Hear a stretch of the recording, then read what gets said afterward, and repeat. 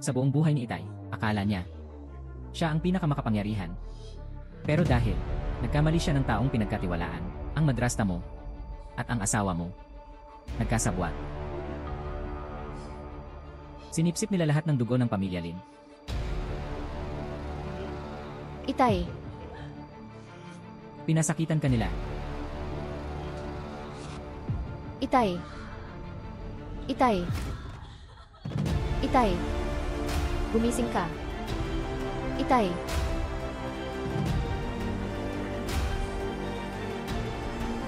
Suyaf.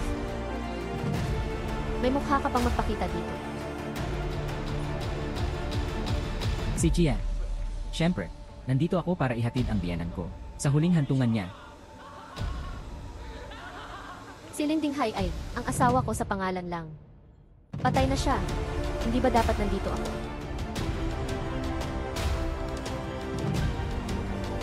Sumusumpa ako. Hindi kayo magkakaroon ng magandang kahilingan. pero sa tingin ko, wala nang mas maganda pa, kaysa sa ngayon. Dahil lang sa nakakuha ako ng pabor sa tatay niya, at ipinakasal ka niya sa akin, hindi lang ang anak niya ang nakuha ko. Pati na rin ang asawa niya. Nakakainis. At ngayon, nakuha ko na lahat ng ari-arian niya. Sabi mo wala kaming magandang kahihinatnan. Tingnan mo, ang kahihinatnan na yon. Ano sa tingin mo?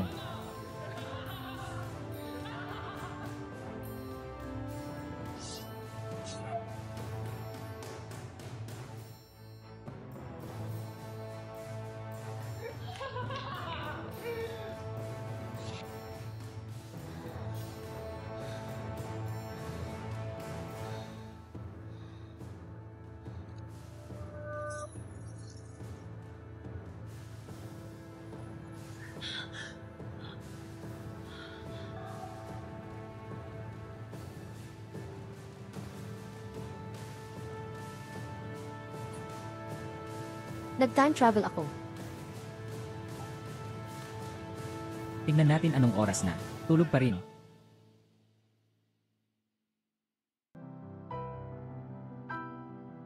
Itay, Si Xiao Zhang at ang kanyang ina ay darating maya-maya para pag-usapan ang kasal ninyo sa makalawa. Pag-uusapan ang kasal. nag-time travel ako pabalik. 2 araw bago ang kasal. Hanggang ngayon ay nakahiga pa rin ako sa kama. Kakahiya. Laolin, huwag mo nang pagalitan ang anak mo. Siguradong napagod lang si Hiwi nitong mga nakaraang araw.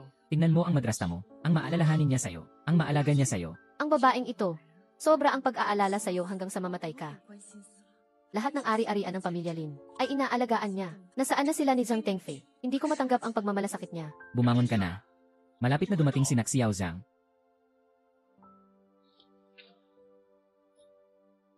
Muling isinilang pabalik 1 taon na ang nakalipas. Maayos pa ang lahat. Makalawa ay ang kasal ko. Sa kasal, bibigyan ko kayo ng isang malaking sorpresa. Zhang Tengfei, Qin Yuan, ibubunyag ko ang tunay ninyong kulay.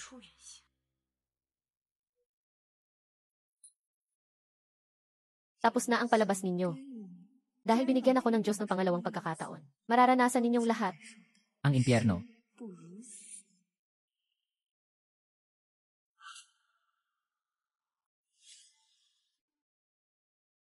Ang madrasta mo ay nakipagsabuatan sa asawa mo.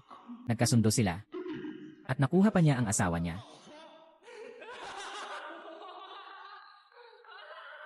Si Xiao Zhang at ang kanyang ina ay darating maya-maya para pag-usapan ang kasal niyo sa makalawa.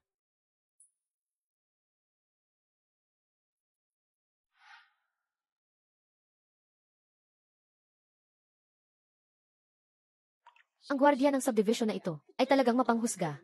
Dumura lang ako. Multahan na niya ako agad. Nay, bawal dumura kung saan-saan sa syudad. Anak, kapag pinakasalan mo itong si Lin Sihui, ikaw na ang may-ari ng bahay na ito. Sa oras na iyon, papatayin mo ang gwardiya para sa akin. Ano siya? Hindi pa niya alam. Kahit si Lin Sihui, ang mayamang dalagang ito, ay magpapakasal sa aming pamilya Zhang. Maging manugang ng aming pamilya Zhang. Nay, huwag mo nang sabihin. Mga biyenan, Nandito na. Darating na lang. Bakit ka pa bibili ng regalo? Xiao Zhang, hindi mo sinasabi sa nanay mo. Tito, hindi ko mapigilan. Tawagin mo pa rin akong tito. Itay. Inay.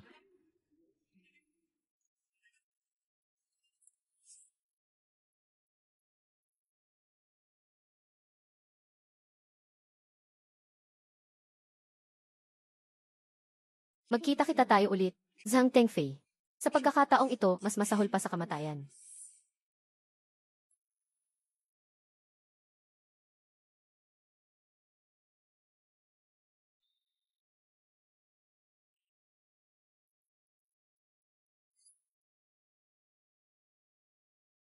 Nandito na si Tengfei at ang iyong biyanan. Nakaupo ka pa rin dito. Kumikilos na parang napakahalaga mo. Itay. Huwag mo nang sabihin. Si Hui. Hindi pa niya namamalayan. Tingnan mo. Siya. Gaano ka iniisip ni Tengfei? Kung ibang tao, maaari ba nilang tiisin ang iyong ugali? Laolin. Kumalma ka. Magandang araw ngayon para pag-usapan ang kasal. Si Hui. Anong nangyari? Ngayon, parang hindi maganda ang pakiramdam. Dahil ba? Lalabas muna ako. Mag-usap kayo. Sa makalawa na ang iyong malaking araw. Sino ang nagpahintulot sa iyo na lumabas? Si Hui. Anong problema mo ngayon? Kung may nagawa akong mali, huwag mong kimkimin. Sabihin mo sa akin. Lalabas ako para maghanda ng sorpresa para sa kasal natin. Si Hui. 2 taon na tayong magkasintahan. Gusto mo pa rin akong sorpresahin. Siyempre, ihahanda ko kayo ng sorpresa. At ang sorpresang ito, kailangan sa kasal, sa harap ng ating mga kamag-anak at kaibigan, sa harap ng lahat. Ibibigay ko sa'yo, Anong sorpresa? Kuya Tengfei. Ang ihahanda ko para sa'yo ay isang triple treat sa kasal. Kung ano ang mga ito, kung sasabihin ko ngayon, Hindi na sorpresa. Inaabangan ko na. Tia, may parte ka rin sa sorpresa. May parte rin ako. May parte ka rin. Pagkatapos ng lahat, pamilya tayo. Ay, manugang ko.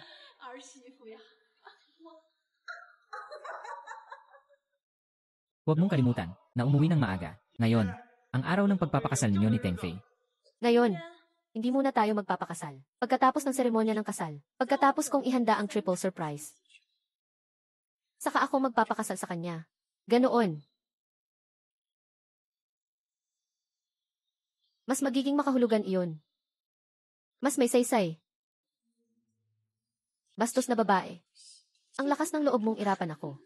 Pagkatapos mong magpakasal sa pamilya Zhang, gagawin kitang alipin.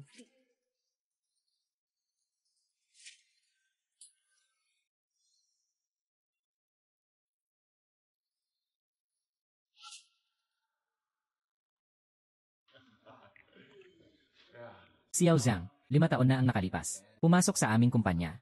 Bata pa, matyaga, masasabi ko. Kinikilala ko ang kanyang pagkatao. Nakilala ko siya ng ilang beses. Talagang masipag siya. Ang kanilang kasal. Ganito ang proseso ng seremonya.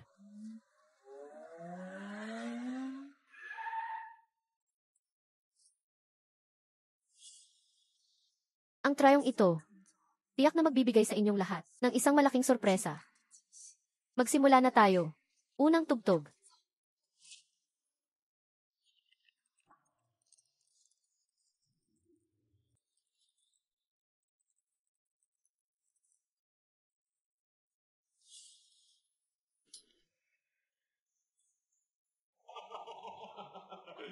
Ganito. Ang sitwasyon ng inyong pamilya. Alam kong medyo gipit kayo. Ang dote ay hindi na kukunin. Nakakahiya naman. Anak, ano pang tinatayo-tayo mo dyan? Magpasalamat ka sa iyong ama. Alam ng lahat. Nagipit tayo. Hindi na nila kukunin ang dote. Talaga nga, parang sila ang mga bagong magulang mo. Hindi naman ganun kalala. Iniisip nilang mahirap kami. Kaya ayaw nila ng dote. Tama nga, sa kanilang paningin. Isa lang akong mahirap na taga-bundok, di ba? Salamat sa pag-unawa, Itay. Matandang aso. Nangahas kang hamakin ako. CJ, nasaktan mo ang damdamin ko. Gusto kong magdusa ka. Balay, hindi kami magbibigay ng dote. Pero sa amin sa probinsya, mayroon kaming kaugalian. Alam mo, Ang babae, para makapag-asawa sa pamilya namin, kailangan niyang magbigay ng dote. sa amin kasi, ang babae, iyon ay, Isang walang kwentang pabigat. Hindi ko sinasabi si Huya. Siya ay isang pabigat. Talaga wala akong ganong ibig sabihin. Ang sinasabi ko lang ay, gusto kong ibahagi ang mga kaugalian namin. Nay, huwag kang magsalita ng kalokohan. Tumahimik ka. Naiintindihan ko. Magkakaroon ng dote. Hindi ko lang alam sa inyong bayan. Ang dot na ito, anong uri ng pamantayan ang mayroon? Pamilya ng babae. Kalahati ng lahat ng ari-arian. Magpapakasal na siya sa aming pamilya, di ba? Magiging parte na siya ng aming pamilya. Wala na siyang kinalaman sa kanyang pamilya. Kami na ang mag-aalaga sa kanya, at ang kanyang magiging mga anak, aalagaan namin lahat. Nay, Siyempre naman, ang humingi ng kalahati ng ari-arian ng pamilya. Nangyayari lang yan sa probinsya. Walang pera ang mga taga-probinsya. Mayaman ang pamilya nyo ah. Kung ganun, gusto ko sa pamilya nyo. 20% lang ng ari-arian ay sapat na. Kahit na kami ni Teng Fei, matagal na naming plinano ito. Kunin lahat ng ari-arian ng matandang yun. Pero kung gagawin natin ngayon, parang masyadong maaga ata. ikaw.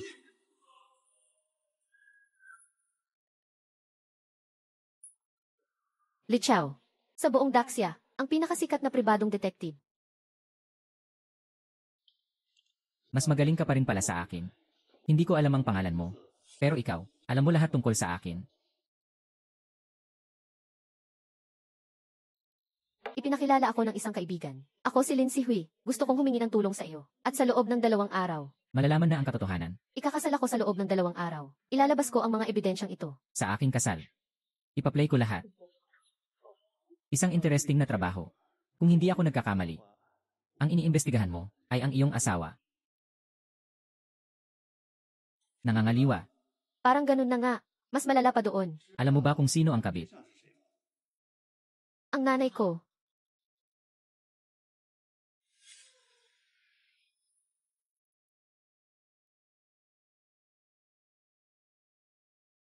Tatanggapin ko ang trabahong ito. Labor.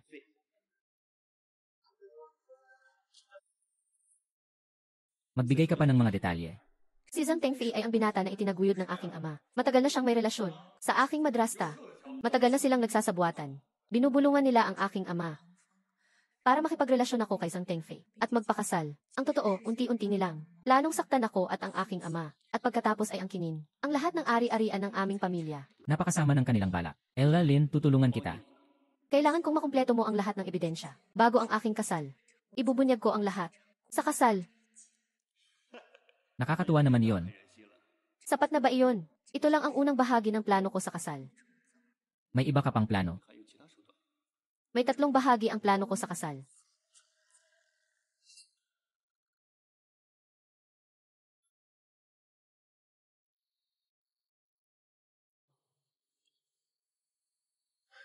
Si Xiao Zhang ay isang mabuting bata.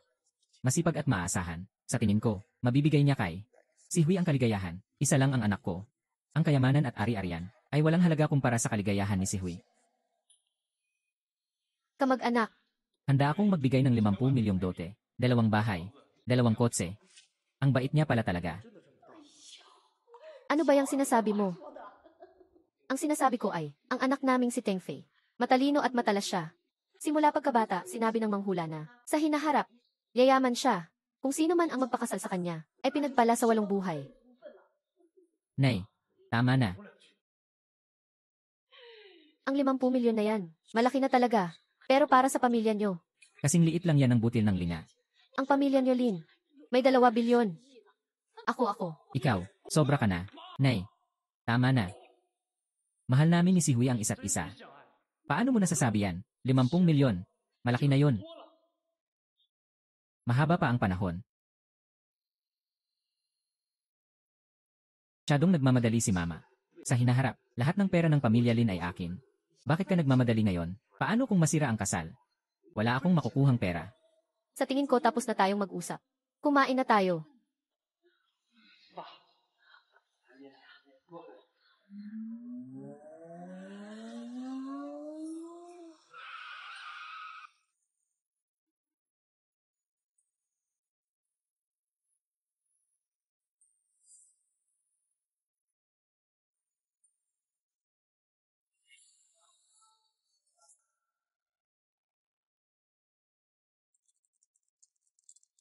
Alam ko na ang sitwasyon. Tinutulungan din kita. Siguradong kaya mo. Ipagtanggol ang iyong mga karapatan. Parusahan ang masasamang tao. Pero, hindi talaga ito matatapos sa loob ng 2 araw. May proseso ito. 900,000. Hindi ito. Sa loob ng 2 araw talaga.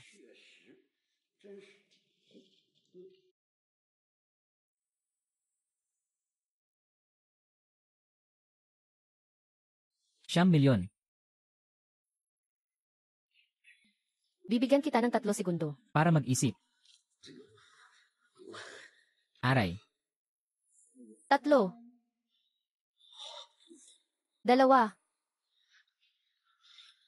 1. Tinatanggap ko. Tinatanggap ko. Sisiguraduhin kong matatapos ang misyon. Elra Lind, mangyaring. Elra Lind, mag-ingat ka. Huwag kayong mag-alala, sisiguraduhin kong matatapos ang misyon. Elma Lind. Mag-ingat ka. Jinghong Law Firm. Ipatawag ang lahat ng abogado ng Jinghong Law Firm sa South Province. 100 lahat. Bumalik agad sa South Province ngayon. Opo. Simula ngayon, lahat ng abogado ng Jinghong Law Firm ay gagawin ang lahat para paglingkuran si Emeline.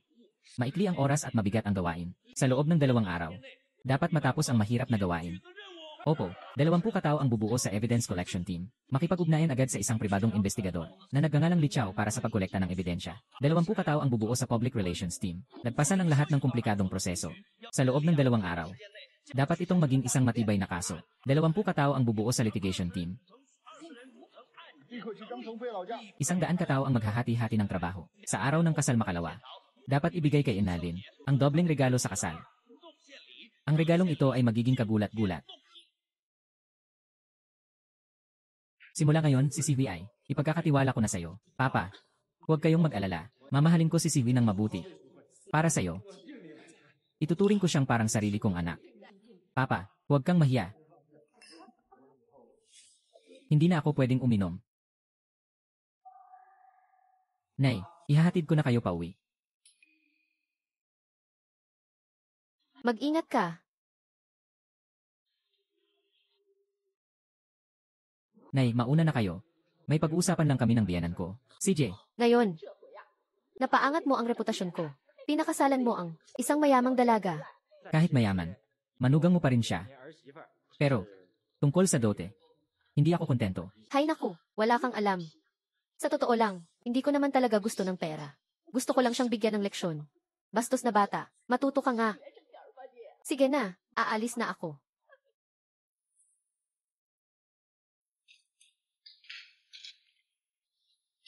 Nakatulog na.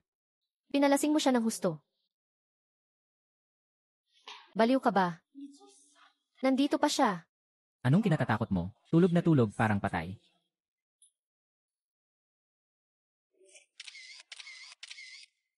Bakit naman humingi ng sobra-sobra ang nanay mo? Paano kung masira ang kasal? Hindi naman nasira, di ba? Pagtiisan mo muna ng ilang araw. Ikaw at si Lin Si Hui, tapos na ang usapan. Saka na natin ituloy ang plano.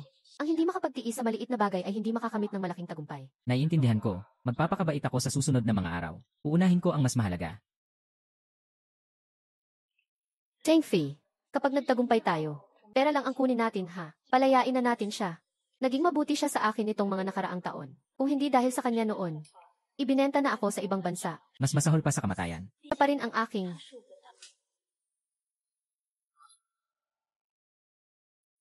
Ang mga salitang ito, ayokong marinig muli mula sa'yo. Pero Cheng Fei, Gusto mo pa bang yumaman? Gusto mo pa bang maging sobrang yaman? gusto ko. Pero, Kung gayon, tumahimik ka.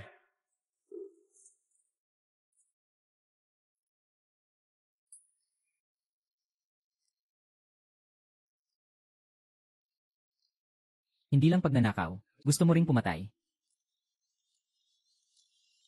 Hindi maaaring mag-iwan ng ebidensya sa ganitong bagay. Gusto mong yumaman. Paano kaya yaman kung hindi ka malupit?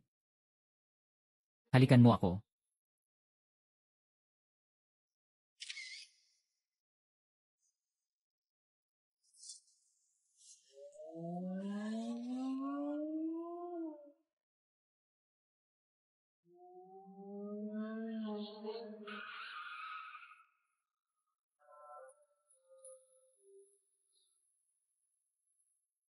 Binibining Lin.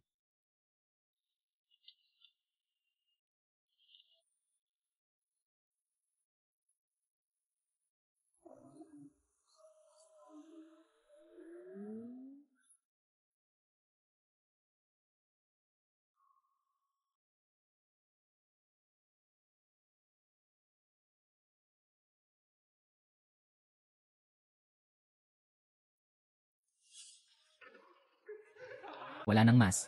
Magandang kahinatnan kaysa dito.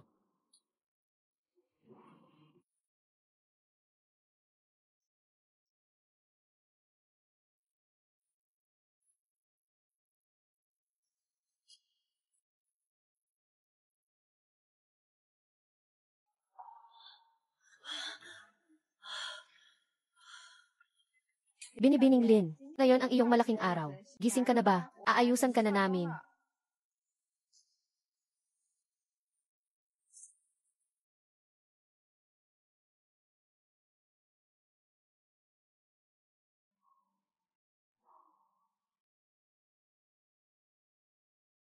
Mabuting kaibigan, binabati kita. Mula ngayon, si Tengfi ay magiging isang phoenix. Naman,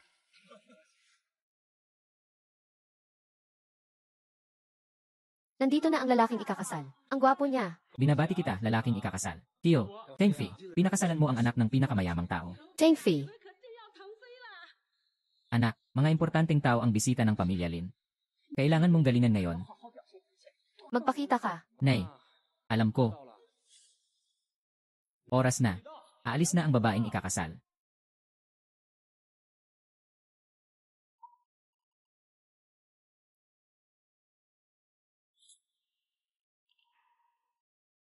Itay, Ngayon, ikaw ang pinakamasayang babae sa buong mundo. Mula ngayon, patungo ka na sa isang masayang buhay. Siyempre, pupunta ako para ihatid ang aking biyanan sa kanyang huling hantungan. Ang lahat ng kanyang ari-arian. Kumusta naman? Bago mamatay ang iyong ina, ang tanging inaalala niya ay ikaw. Ngayon, nakahanap na ako ng mabuting asawa para sa'yo. Panatag na rin ang loob ko. Ito ang iyong pinakamagandang sandali. Ikakasal ka na sa isang mabuting lalaki. Kasama niya, patungo sa isang maganda at masayang buhay. Anak, binabati kita. talaga.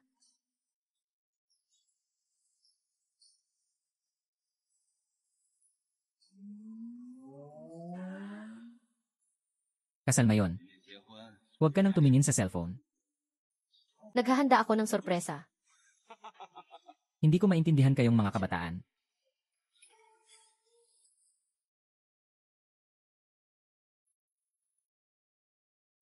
Inutos ni Emnalin na maghanda para sa aksyon. Natanggap ng pangalawang grupo.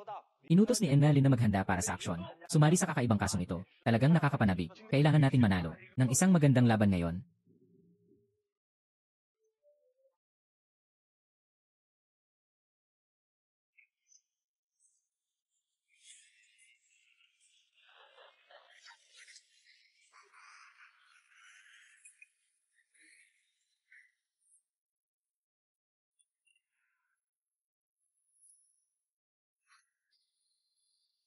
Isang oras lang.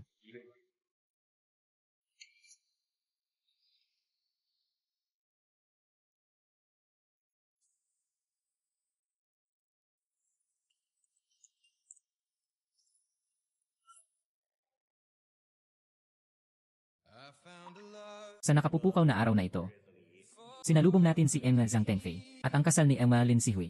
Ako ang host, si Xiao Hao. Hayaan niyo akong kumatawan sa ikakasal.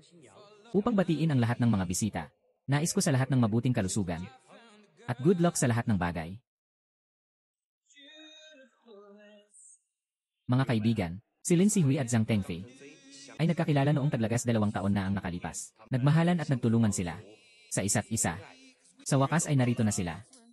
Anong nangyayari? Kayo, kami ay bahagi ng sorpresa ni Emmalin. Bahagi ng inihandang sorpresa. Magpatuloy ka. Huwag mo kaming pansinin. Mga Ginoo at mga ginang, isang karangalan na makasama kayong lahat. Na masaksihan, ang napakahalagang sandali sa buhay ng dalawang bagong kasal. Sa sandaling ito, bigyan natin sila ng ating pinakamasiglang palakpakan para sa pagpasok ng lalaking ikakasal.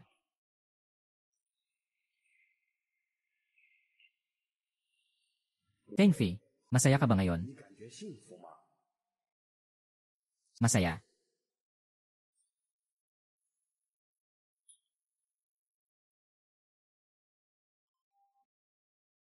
Nakaka-excite at nakakakaba ito. Papasok na ako. Huwag ka nang mag-cellphone. CJ. Bigyan natin ng palakpakan ang babaeng ikakasal.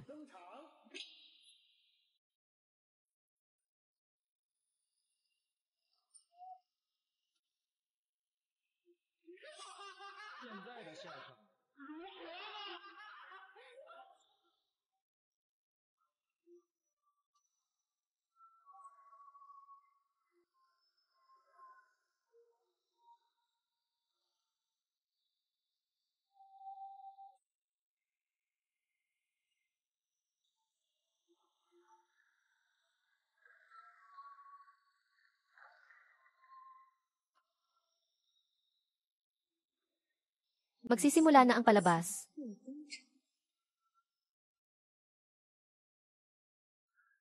Nagkakilala sila noong taglagas 2 taon na ang nakalilipas. Sa isang panahon kung saan ang mundo ay ginintuang. Ipinahayag nila ang kanilang pagmamahal sa isa't isa, at nagsama. Magkasama nilang hinarap ang mga pagsubok sa buhay. Magkasama nilang hinarap ang mga komplikasyon ng mundo. Magkahawak kamay sila, at magkasamang sumulong. Sa totoo lang, tinanong ko si Tengfei ng pribado. Tinanong ko si Tengfei, ano sa tingin mo ang naidulot sa iyo ni Lin Sihui? Mahal mo ba siya? Mahal mo ba siya? Sumagot si Tengfei. Mula pagkabata, wala pang babae ang nagparamdam sa akin ng ganito. Sa araw-araw na pagtatrabaho ko, naiisip ko ang aking mapapangasawa na naghihintay sa akin sa bahay. Mas lalo akong magsisipag sa trabaho. Hindi niya alam kung ano ang pag-ibig. Ganyan ang sabi niya, gusto ko lang bigyan ng tahanan si Sihui. Siguro ang naibibigay ni Sihui sa kanya ay isang ilaw sa gitna ng gabi. Isang bangka sa gitna ng malalakas na alon. Isang oasis sa gitna ng desyerto. Isang pampainit sa taglamig.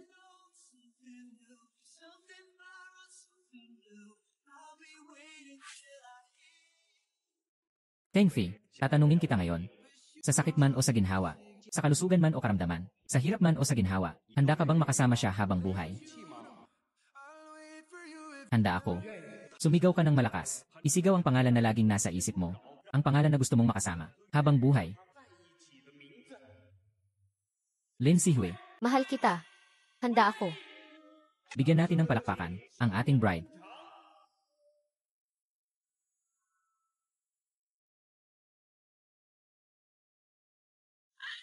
Papa, gising.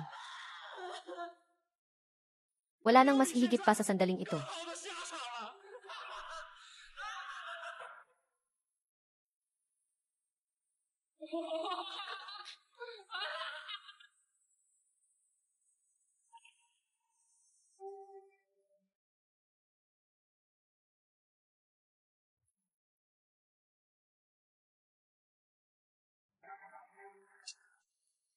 Nakahawak pa rin sa iyo ang anak mo. Pero bibitawan mo na siya. At ibibigay sa binata na nagngangalang Zhang Tengfei. Ako. Dahan-dahan lang. Huwag kang magmadali. Maagang nawala ang ina ni Sihui. Bago siya mamatay, sinabi niya sa akin. Dinhay, Ipangako mo sa akin na maghahanap ka ulit. Para mabigyan ng buong pamilya si Sihui. Gusto kong lumaki siyang malusog at masaya. Huwag ka nang magpakasal sa mayaman. Gusto kong makatagpo siya ng isang ordinaryong tao. bilang asawa, Sa mga nakalipas na taon, sinikap kong mahanapan si Sihui ng mabuting lalaki. Mahirap man siya o mayaman. Sa pakikisalamuha ko, sa tingin ko, mabuting binata si Tengfei. Mahal niya si Sihui. Ibibigay ko na ang kamay ni Sihui. Ibigay mo sa kanya. Nasasaktan ang puso ko. Pero gusto ko ito. Tio Lin, kung gayon, hinihiling ko sa iyo na ibigay ang kanyang kamay sa kanya.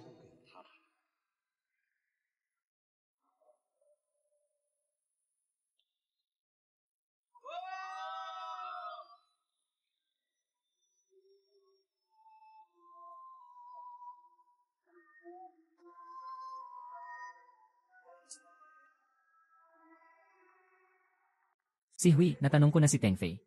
Tungkol sa tanong na ito, itatanong ko ulit sa iyo. Mahirap man o mayaman, malusog man o may sakit, may karamdaman man o wala, sa hinaharap, handa ka bang makasama siya habang buhay? At samahan ng isa't isa magpakailanman?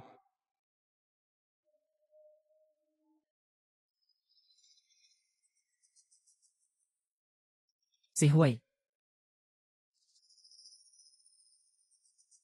Naiintindihan ko, bawat babaeng ikakasal. Sa sandaling ito, ay puno ng kaligayahan. Kaya itatanong ko ulit sa'yo. Mahirap man o mayaman, malusog man o may sakit, handa ka bang makasama siya at samahan ng isa't isa magpakailanman?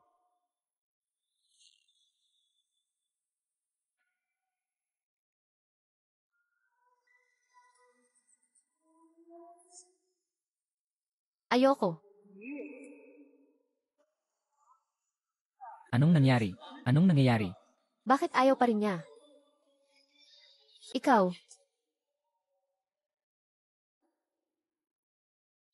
Ayoko. kapal ng mukha. Anong nangyayari? Anong nangyari? Bakit ayaw pa rin niya? Binibining Lin, ikaw. Si Hui, ikaw. Papa. Ngayon, ibibigay ko sa iyo ang hustisya.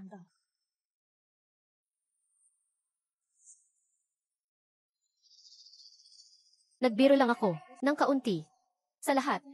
Pasensya na, hindi dapat ganito ang biro. Malasang babaeng ito. Paano mo nagawang magbiro ng ganito? Bago ang kasal. Nangako ako kay Tengfei na maghahanda ako ng 3 sorpresa para saksihan ang aming walang hanggang pag-ibig. Si Hui, ako. Tengfei, sabi mo po protektahan mo ako. Kung gayon, payagan mo ako. Sa espesyal na sandaling ito, gumawa ng maliit na desisyon para sa aking sarili.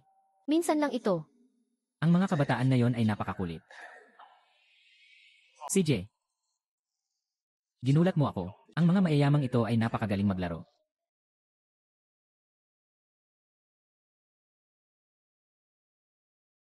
Guro ng instrumento. Handa ka na ba? Handa na.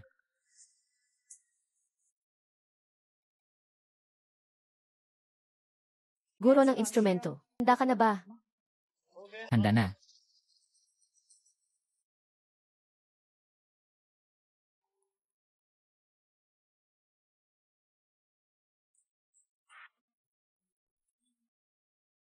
Pamilyar ang himig na ito. Anong kanta ang kakantahin niya? Kakantahin niya ang ikinakasal ako ngayon. Hindi parang ikinakasal ako ngayon. Ang tono.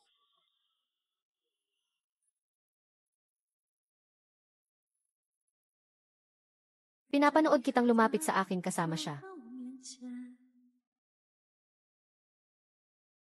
Ito. Bakit itong kanta? Parang may mali. Umiti at sinabing matagal nang hindi nagkita.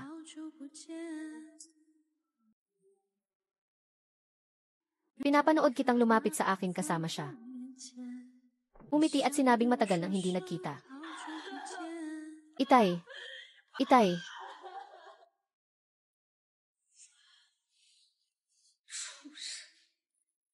May mukha ka pa bang pumunta dito? Kung noon pa man. Ang aking pagpayag. Nasa parehong lugar pa ba ako ngayon? Anong kanta ang kinakanta niya? May mali. Ang pamagat ng kanta ay pagpayag. Sino ang gusto niyang payagan? Lahat ng kalungkutan ay nananatili sa araw ng paghihiwalay. Hindi kinakailangang magpakailanman. Baliw. Talagang baliw. Ang pagpayag ng isang tao, mas mabuti kaysa sa paghihirap ng 3 tao.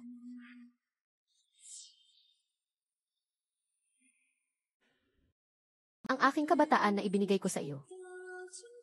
Loob ng maraming taon. Nabago sa isang salamat. Ang iyong pagpayag. Pinayagan ang iyong kagandahan at pakikipagsapalaran. Pinayagan ang aking aso na dagat at kalangitan.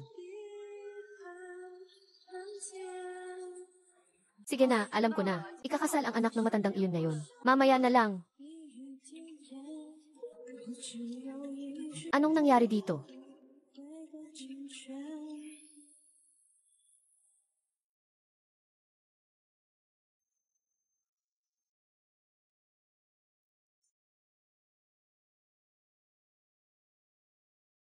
Pumunta sa hotel at harangan ang lahat ng labasan. Opo, boss, papasok na tayo ngayon. Para hulihin ang anak ni Zhang Tengfei. Sabi ni Miss Lin. Kung susuko sila ngayon, hindi na tayo kailangang makialam. Hindi na natin kailangang kumilos. Kung ngayon sila ayaw sumuko, tayo ang huling magpapakita.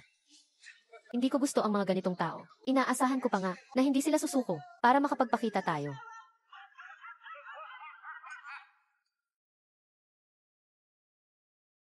Pinayagan ang aking susunod na tag-init. Papayagan kita.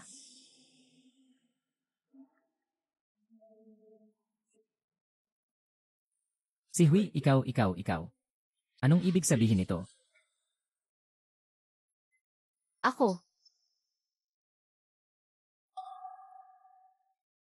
Lin Si Hui. Mula pagkabata, napakasama ng ugali mo. Hindi kita pagsasabihan sa ibang pagkakataon. Sa mahalagang araw na ito, ganito ka pa rin. Wala ka bang kahihiyan? Papa. Gusto mo bang mapahiya ang pamilya Lin? Dito. Gusto mo bang mapahiya ang matandang mukha ng iyong ama? Dito. Sa oras na ito, ng maraming tao. Papa. Tengfei, naapi ka. Ayusin ko ang pesteng ito para mabigyan ka ng hustisya. Itay. Bigyan mo naman ng kaunting respeto si Sihu. Huwag ka nang makialam. Ako na ang bahala sa kanya. Paluin. Bugbugin ang babaeng iyan hanggang mamatay. Pinagmukha niya tayong Zhang na napakalaking kahihiyan. Bilang ama mo, kung hindi ko siya didisiplinahin ng maayos, bilang biyenan niya, ako na mismo ang gagawa.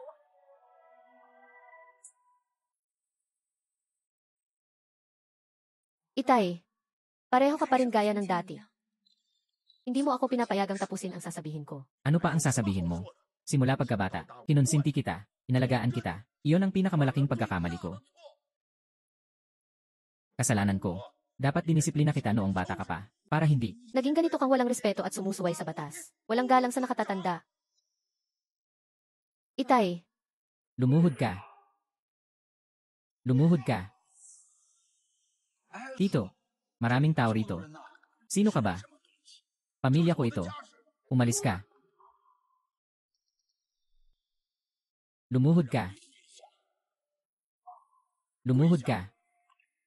Lumuhod ka.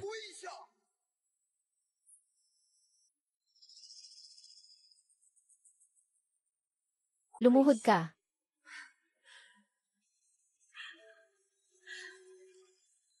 Itay. Pinapanood mo ako rito. Sa harap mo. Lumuhod ka. Ayoko nang ulitin pa. Ngayong araw, gumawa ka ng isang napakasamang bagay.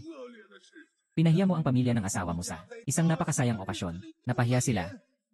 Ayaw kang parusahan ng pamilya ng asawa mo. Bilang ama mo, kailangan kong bigyan ng hustisya ang asawa mo. Isang paliwanag. Hindi pwedeng sabihin ng mga tao na isa kang walang pinag-aralan. Walang pinag-aralan.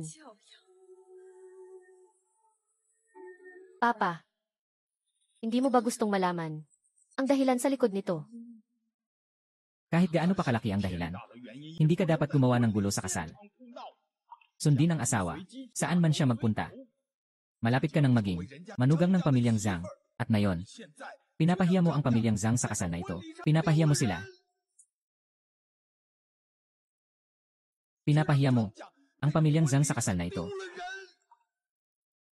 Papa, si Hui, hindi niya sinasadya. Siguradong may dahilan siya kung bakit niya ginawa iyon. Huwag mo siyang pagalitan. Tengfei, pasensya ka na. Papa, mahal ko si Hui. Mahal na mahal ko si Hui. Para mapakasalan si Hui, handa akong tiisin ang lahat. Sa buhay mo, napakaswerte mo na makahanap ng isang mabuting tao. Nabulag ka na. Binubuli mo si Tengfei. Habang nabubuhay ako, hindi ko hahayaang apihin mo siya.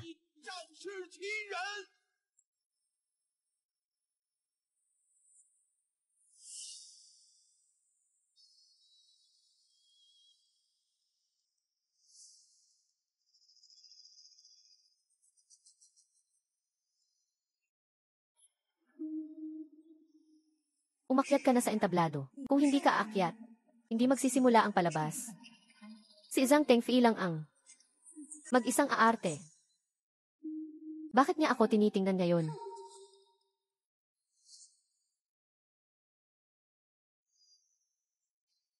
Lumuhod ka. Papa.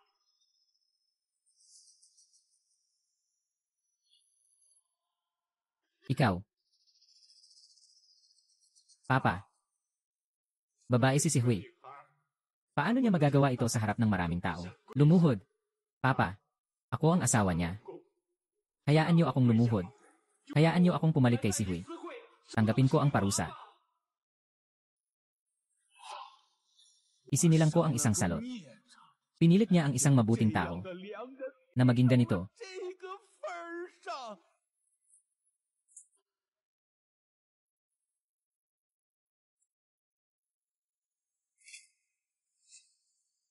Papa, patawarin niyo po si Hui. Parang awa niyo na. Kasalanan ko. Hindi ko siya naturuan ng maayos. Agrabyado ka. Papa. Hui, bakit ka tumatawa?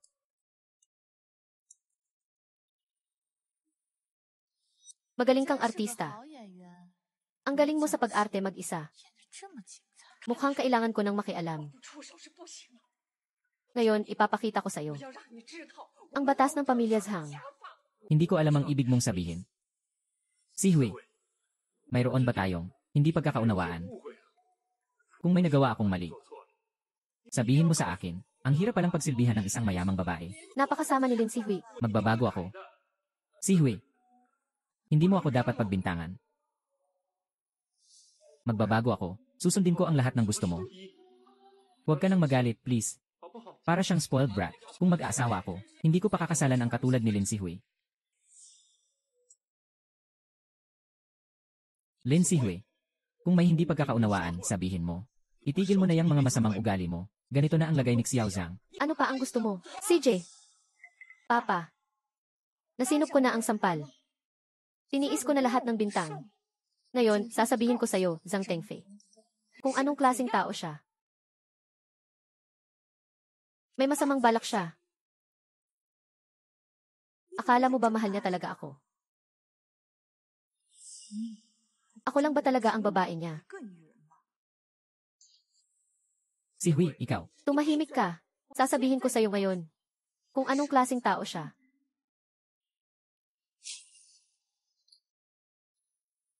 Huwag kang magsalita ng kalokohan. Ikaw.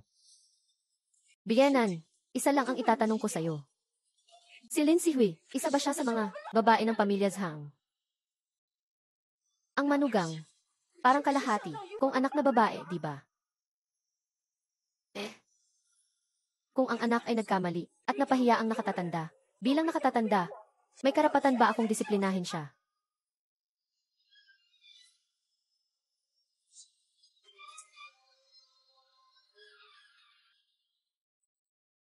Hui, ilang babae ng pamilya Zhang, ginulo mo ang kasal. At lubos na pinahiya ang pamilya Zhang. Paano paharap ang pamilya Zhang sa ating mga kamag-anak at kaibigan? Wala kang respeto. Ito ang iyong unang kasalanan. Naniniwala ang iyong ama na mali ka. At pinapaluhod ka niya para humingi ng tawad. Paulit-ulit kang tumangging lumuhod. At ang anak ko, ang iyong asawa ang lumuhod para sa'yo. Ang hindi pagsunod sa nakatatanda ay kawalan ng respeto. Pinapaluhod mo ang iyong asawa. Mula sa puso mo, minamaliit mo ang iyong asawa. Ito ang iyong pangalawang kasalanan. At, ang kinanta mo kanina, anong ibig sabihin nun? magsalita ka. Magsalita ka. Sa tingin mo ba, ang iyong asawa ay may ibang babae sa labas? Kahit meron. Mga lalaki naman, normal lang na magkaroon ng ilang asawa. Anong karapatan mong pagsabihan siya? Napaka-immature mo. Ito ang tatlo mong kasalanan. Sa aming probinsya, Kahit isa lang sa mga kasalanang ito ay ilalagay ka sa kulungan ng baboy at hahagupitin.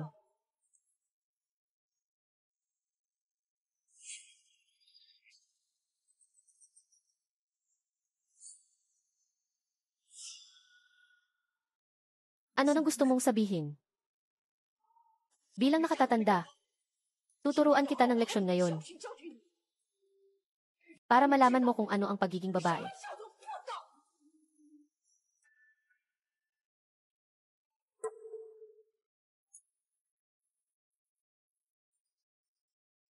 Ano ang pagiging babae? Anong gagawin mo? Sumasagot ka na ngayon ha. Biyenan mo ako. Sasampalin kita. Tinarang mo pa. Nay, paano mo ako nasampal? Kahit pinagkamalan ako ng tatay ko. Kahit sinaktan niya ako. Tatay ko pa rin siya. Pero ikaw, ano ka ba? Ikaw, sumasagot ka na. Wala kang galang. Biyenan mo ako. Lin Sihui, sumusobra ka na. Nanay mo rin to. Tinanggap ba kita? Ikaw, Ang sampal na to. Ganti ko yan sa sampal mo sa akin. Bastos kang bata ka. Ngayon ako. Nay, Ang sampal na to ay dahil sa kawalang galang mo sa akin. sinampal mo pa ang nanay ko.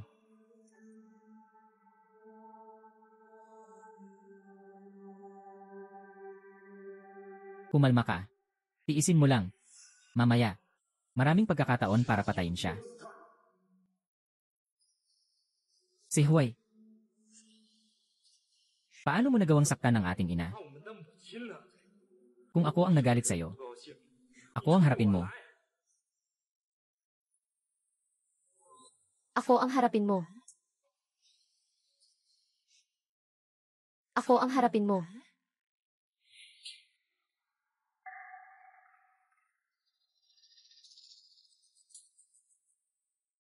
Ako ang harapin mo. Tapos ano? Bastos na bata, paano mo nagawang saktan si Tengfei? Pagbabayarin kita. Lin Sihui, bastos na bata. Tumigil ka.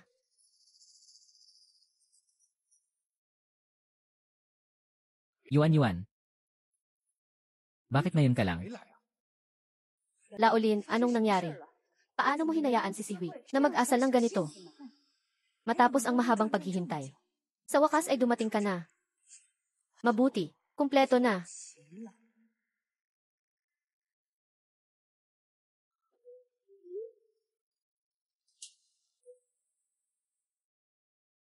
Tingnan mo ang sarili mo. Saan mo nakuha ang ugali ng isang maayos na babae? Hindi lang niya ginulo ang sarili niyang kasal. Sa harapan ng maraming tao. Sinaktan niya ang sarili niyang magiging asawa at biyenan. Ano ang masasabi ko sa iyo? Hanggang ngayon, nagkukunwari pa rin siyang walang pakialam at naglalaro sa telepono niya. Ibaba mo ang telepono mo. Kahit na madrasta lang ako. Sa mga nakalipas na taon, itinuring kitang parang tunay kong anak. Sihui, binigo mo ako. Paano mo ako nagawang saktan? Ito ba ang babaeng gusto mong pakasalan? Nay, Ang babaeng ito ay hindi karapat-dapat na maging bahagi ng pamilya Zhang. Kailangan mong hiwalayan siya. Nay, Sabi ko hiwalayan mo siya. Hindi mo ba ako naririnig? Gumanti ka. Sinaktan ng manugang ang sarili niyang biyenan. Mga bagay na tulad nito, kung sa aming probinsya ito nangyari. Ang ganitong uri ng masamang manugang ay bibitayin sa puno at hahampasin hanggang mamatay. Saktan mo siya. Nay, saktan mo siya.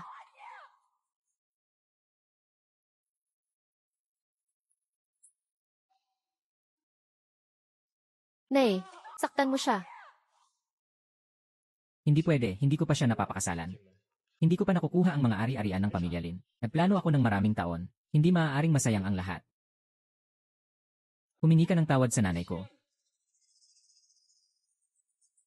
Walang kwenta. Akala ko sa pagkakataong ito, magkakaroon ka ng kaunting lakas ng loob. Ano?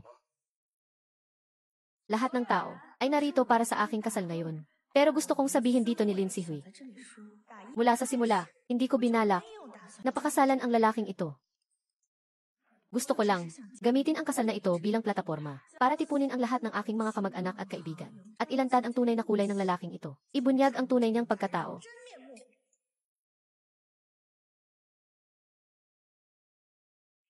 Anong problema ko? Ang asawa ko ay may kabit. Wala akong kabit, huwag kang magsalita ng hindi totoo. At ang kanyang kabit ay nandito mismo sa lugar na ito. Ngayon dito, ituturo ko ang dalawang ito.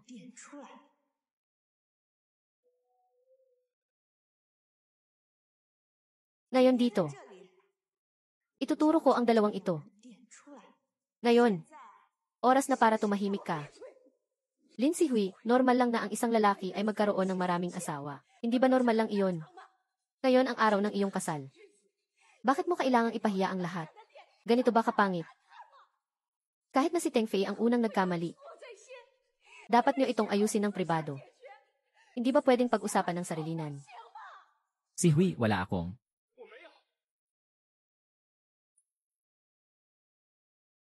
Tama na iyang lalaking yan. Papa, Biyenan,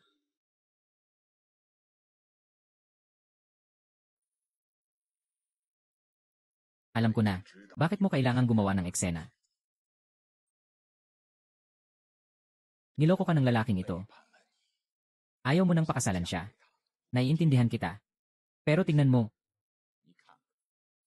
Ang daming tao. Pinagtatawanan nila ang pamilya natin.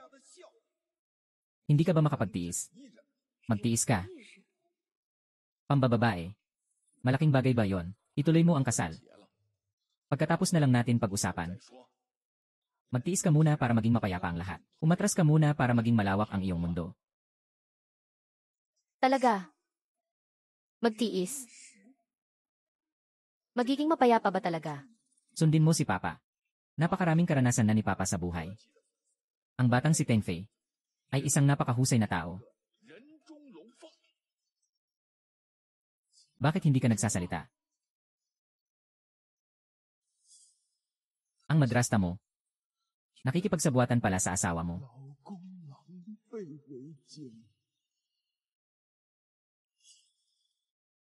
Paano kung sabihin ko na ang babaeng kabit niya ay kasabwat niya sa pagnanakaw ng yaman ng pamilya natin? Naku. Akala mo ba sa loob ng maraming taon, wala akong ginagawa? Bakit mo ako ginagawang tanga? Matalino.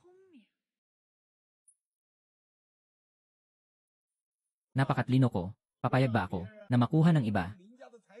Ang lahat ng yaman natin, matalino. Kung gusto nilang magsabuatan, angkinin ang lahat ng yaman ng ating pamilya, at pagkatapos ay patayin ako. Sa huli, papatayin niya ako gamit ang sarili niyang mga kamay para patahimikin ako. Wala ka bang problema sa utak? Sa mundong ito, paano mangyayari ang ganitong bagay? Isa pa, sino ang magkakaroon ng lakas ng loob na gawin yon?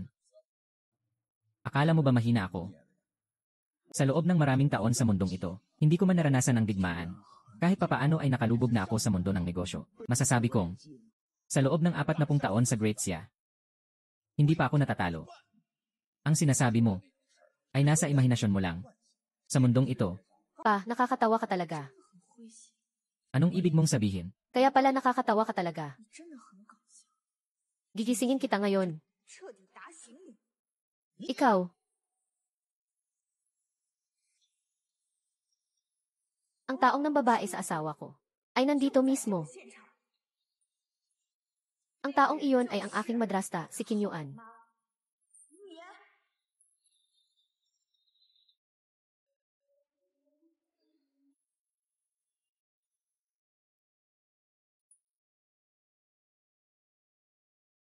Ang taong iyon ay ang aking madrasta, si Qin Yuan. Sinungaling ka, anong pinagsasabi mo? Dinghai, tingnan mo ang pinalaki mong walang utang na loob na bata. Sinasiraan niya lang ako. Pinararatangan niya ako, Laolin. Pa, huwag kang makinig sa kalokohan ni si Hui. Siya, Ang taong matuwid ay hindi takot sa anino. Pinararatangan niya ang sarili niyang mga magulang. Talagang. Bigyan mo ng hustisya ito, pa. Si Hui, ito ba ay? Hindi ka naman nagbibiro, di ba? sinabi mo rin kanina na, normal lang para sa isang lalaki na magkaroon ng maraming asawa. Tinatanggap ko si Zhang Tengfei. Tinatanggap ko ang kanyang pambababae, dahil normal lang naman, para sa isang lalaki na magkaroon ng maraming asawa. Nga pala. Tinatanggap mo ba?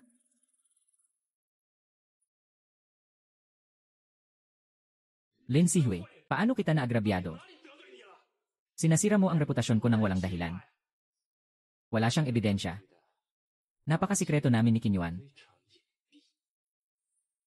Inaamin ko, minsan naiinis kita. Pero kahit na pinaparatangan mo ako, bakit pati ang madrasta mo, ay pinaparatangan mo rin? Mas mabuti pang mamatay na lang ako. Pinaparatangan mo ako ng ganito. Paano pa ako mabubuhay? Mas mabuti pang mamatay na lang ako. Laolin, mas mabuti pang mamatay na lang ako. Umakting pa kayo, sige, ituloy nyo. Hindi ito biro, di ba? May ebidensya ka ba? May ebidensya ka ba? Walang ebidensya.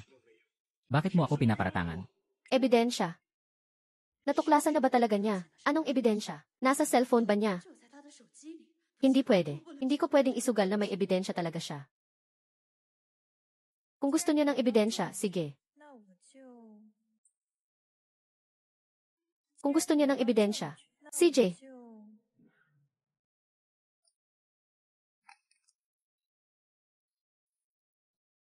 Matalino talaga si Qin Yuan. Kung may ebidensya, baka nasa cellphone niya. Mas mabuti pang basagin na lang. Hindi ba sabi mo may ebidensya ka? Ipakita mo nga. Madrasta mo ako. Hindi mo ako pwedeng paratangan ng ganito. Huwag mo nang sayangin ang oras. Ipakita mo na ang ebidensya. Hindi mo maipakita, no? Akala mo ba? Nasa cellphone ko lang lahat ng ebidensya ko.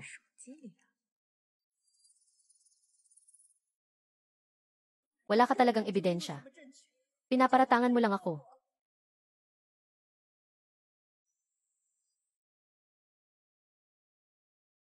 Ang tagal kong naghintay. Sa wakas may signal na.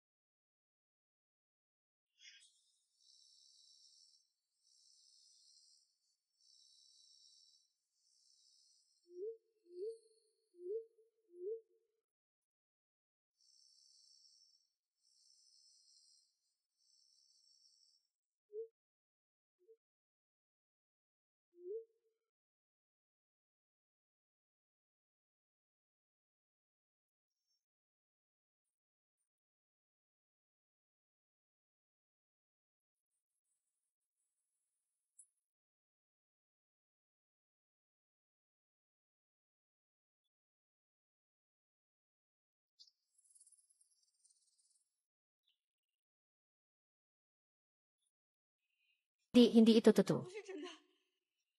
Hindi pagkakaunawaan. Pawang hindi pagkakaunawaan. Dati isa ka lamang taong naghihirap. Nagmakaawa kang iligtas ko ang buhay mo.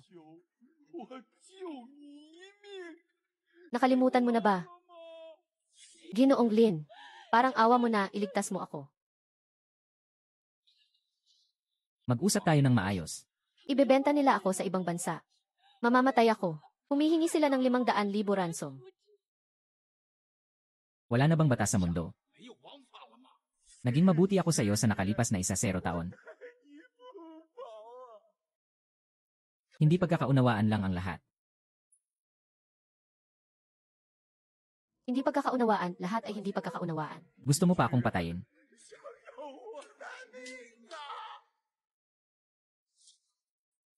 Hindi pagkakaunawaan. Nagbibiro lang kami ni Teng Fei. Nagbibiro lang.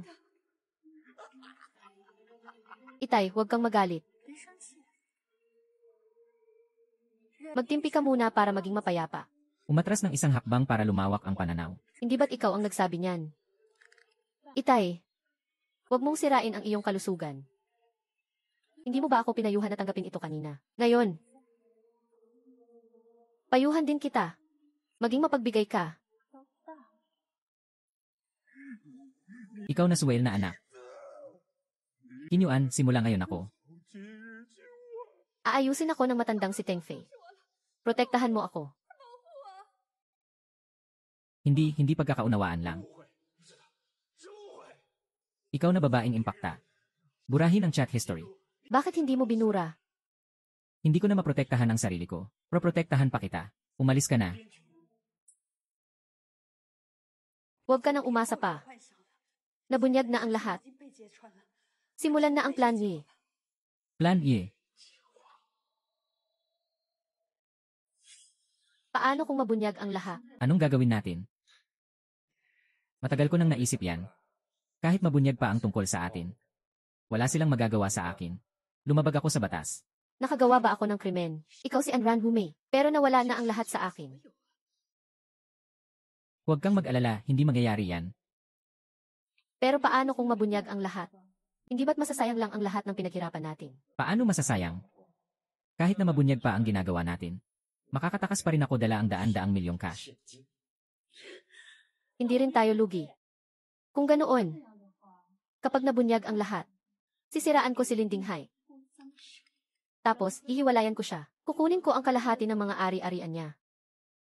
Yuan. Sa ganoong paraan, magiging bilyonarya ka na. Pagdating ng panahon, tatakas tayo.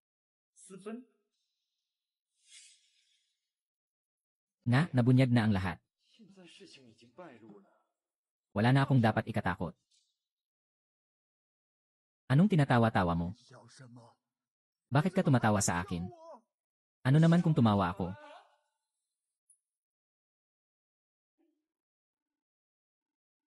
Ikaw, dahil natuklasan mo na. Matagal na kaming magkasama ni Kinyuan. Ano naman ang magagawa mo? Mamalasin ka sana. Akala ko biyanan kita.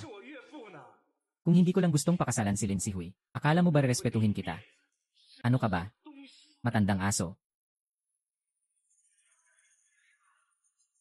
Miss Lin, sisimulan na ba natin? Teka lang. Papa, dati, masyado kang mapaniwalain.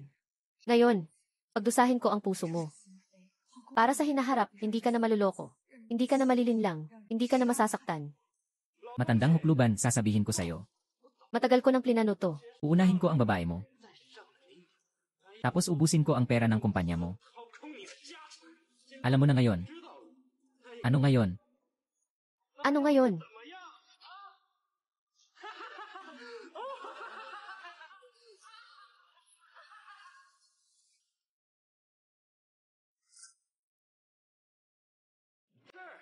Nabunyag mo ang plano ko ngayon. Pero mayroon pa rin akong daan-daang milyong yaman. Hindi. Bilyon ang yaman ko. Nakapagtipon na ako ng ebidensya. Ikaw, Lindinghay, ang may kasalanan. At hihiwalayan kita. Kukunin ko ang kalahati ng yaman mo. Ang plano ko talaga ay ubusin lahat. Ngayon, kalahati lang. Parang magandang wakas din naman.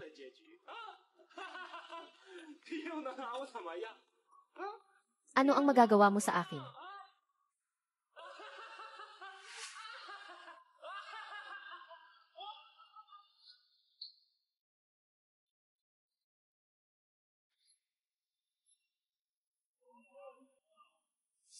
Nangahas ka pang saktan ako. Papatayin kita ngayon.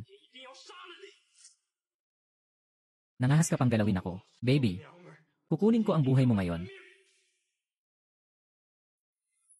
Umalis kayo. 3 gitarista lang kayo. Haharangan niyo pa ang daan ko. Magkano ang binigay sa inyo ng baby na iyon? Magkano ang binigay niya sa inyo? Doblehin ko. Umalis kayo. Papa, nakikita mo na ba ngayon ang tunay na kulay ng mga taong ito? Sige, Papa. Umalis ka muna dyan. Panoorin mo kung paano ko sila aayusin. May alas pa ba siya? Wedding trio. May 3 sorpresa. Kinyuan, Akala mo ba, makukuha mo ang kalahati ng yaman kapag hiniwalayan mo ang papa ko? Legal kaming mag-asawa. Nakapagtipon na ako. Paano kung kasal para sa pera lang ito? Zhang Tengfei, sa tingin mo, makukuha mo pa rin ang 100 milyon. Lin Sihui, sinasabi ko sa'yo. Ako. Simulan na natin. Kasal duet.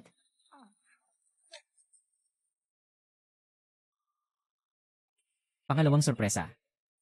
Papasok na. Pangalawang sorpresa. Papasok na. Kasal trio. May 3 sorpresa. May alas pa talaga siya. Hindi. Mga walang kinalaman. Mag-alis na kayo. Lolo Lin. Kung gayon, aalis na muna kami. Sige po, Lolo. Aalis na muna kami. Nangyari ang ganitong bagay sa bahay. Pasensya na po. Lin Sihui, anong gusto mong gawin? Pinaalis mo na ang lahat. Gusto mo bang gamitin sa amin? Ang dahas. Hindi ako natatakot na gumamit ka ng dahas. Gusto ko pa nga, na gumamit ka ng dahas. Hihiga ako sa sahig at magpapanggap na nasaktan, para makakuha pa ako ng malaking pera mula sa'yo. Dahas. Ang iniisip ninyo ay masyadong simple. Kung gayon, pinaalis mo na ang lahat. Aalis na rin kami. Bahala na. Hindi na lang matutuloy ang kasal. Ano pa ang magagawa niya sa amin? Tara na. Tinatamad na akong makipag-usap sa kanya dito. Sandali lang. Ano pa ang gusto mong gawin, sweetie? Kayong lahat ngayon. Hindi makakaalis. Kayong lahat. Hindi makakaalis ngayon. Nasa lipunan tayo ng batas ngayon. Anong gusto mong gawin? Aalis kami kung kailan namin gusto. Paki mo ba? Lalabas ako dito, nang walang tinatago. Lin Sihui, katawa-tawa ka. Tatlo. Dalawa.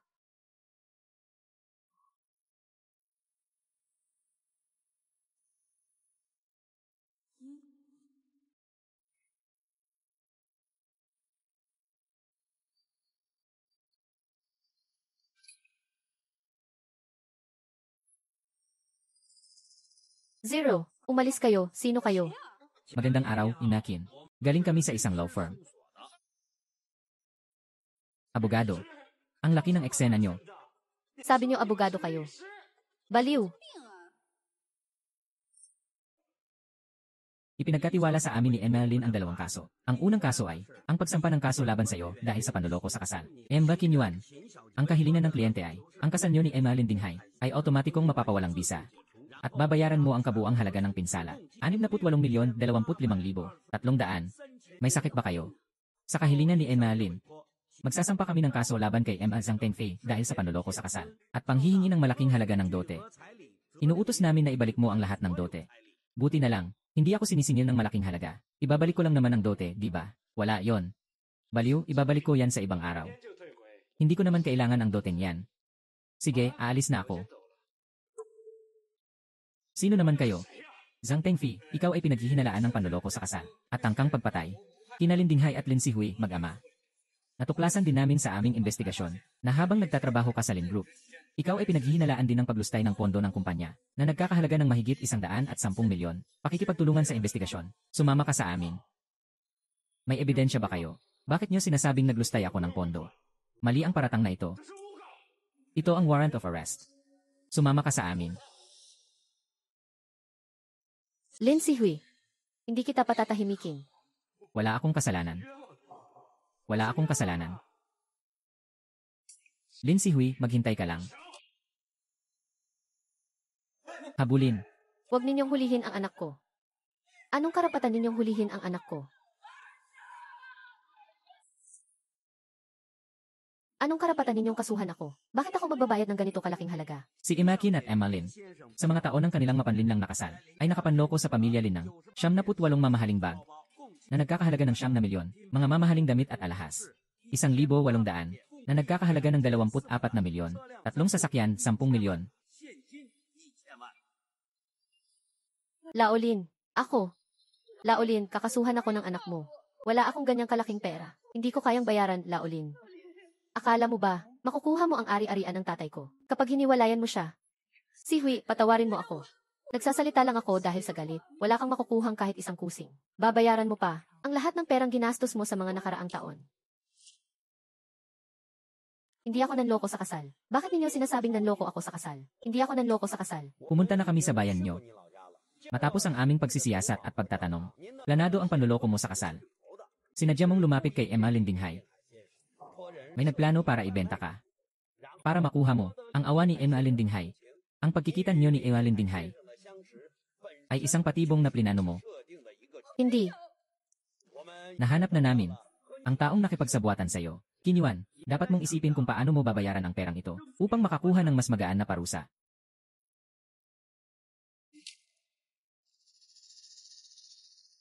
Sa pangalawang buhay na ito, binago ko ang aking kapalaran.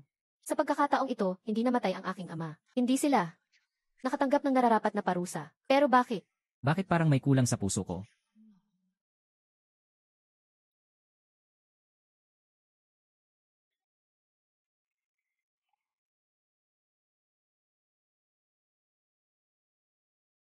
Walang sinuman ang maaaring magparusa sa akin.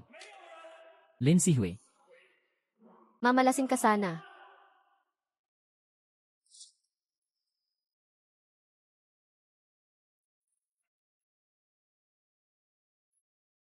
Hindi niyo ako mahuhuli.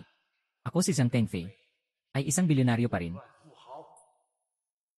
Tumakas si Boss Zhang Tengfei. Nahuli.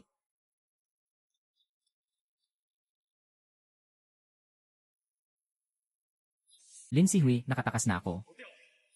Sisiguraduhin kong magdurusa ka.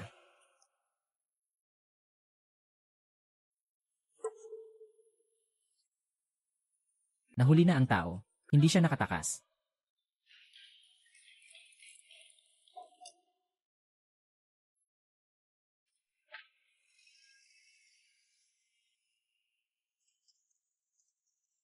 Hanapin at hulihin siya.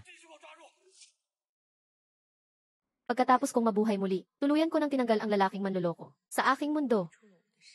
Sa maikling panahon, natapos ko ang aking pagbabago ng buhay. Tila bumalik na sa normal ang aking buhay.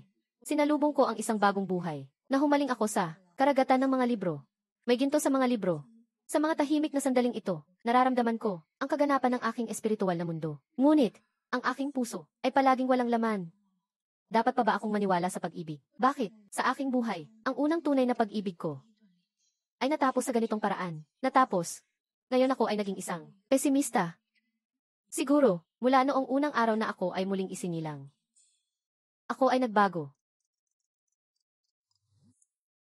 Binibining Lin, palagi mo akong pinapaimbestigahan. Ang mga galaw ni Liu Li. Nalaman ko na.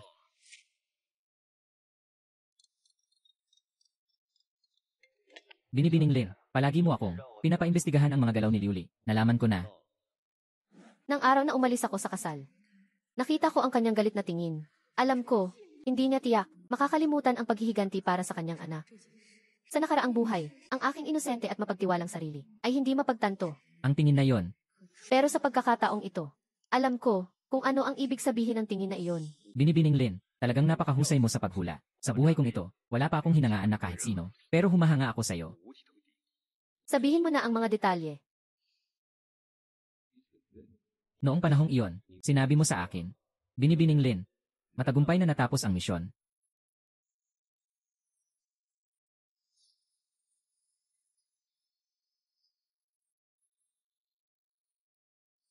May 2 milyon dito.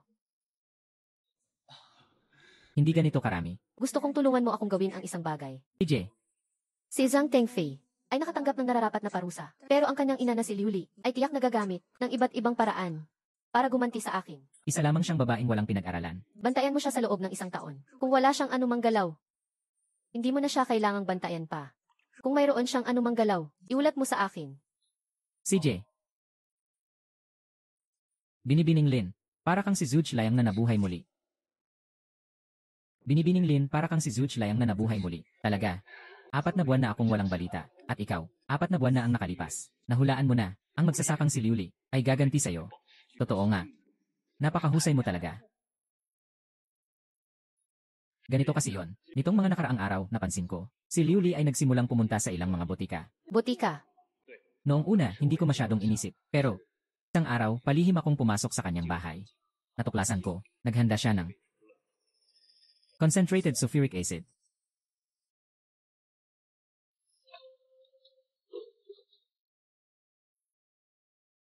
Sige, alam ko na.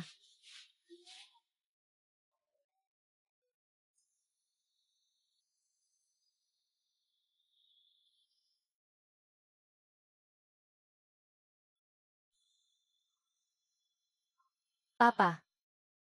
Simula noong araw na iyon, nagbago na rin si Papa. Iniisip niya na ako ay naging isang babaeng malupit ang puso. Hindi na niya ako tinuturing na isang maunawain niyang anak na 20 taong gulang.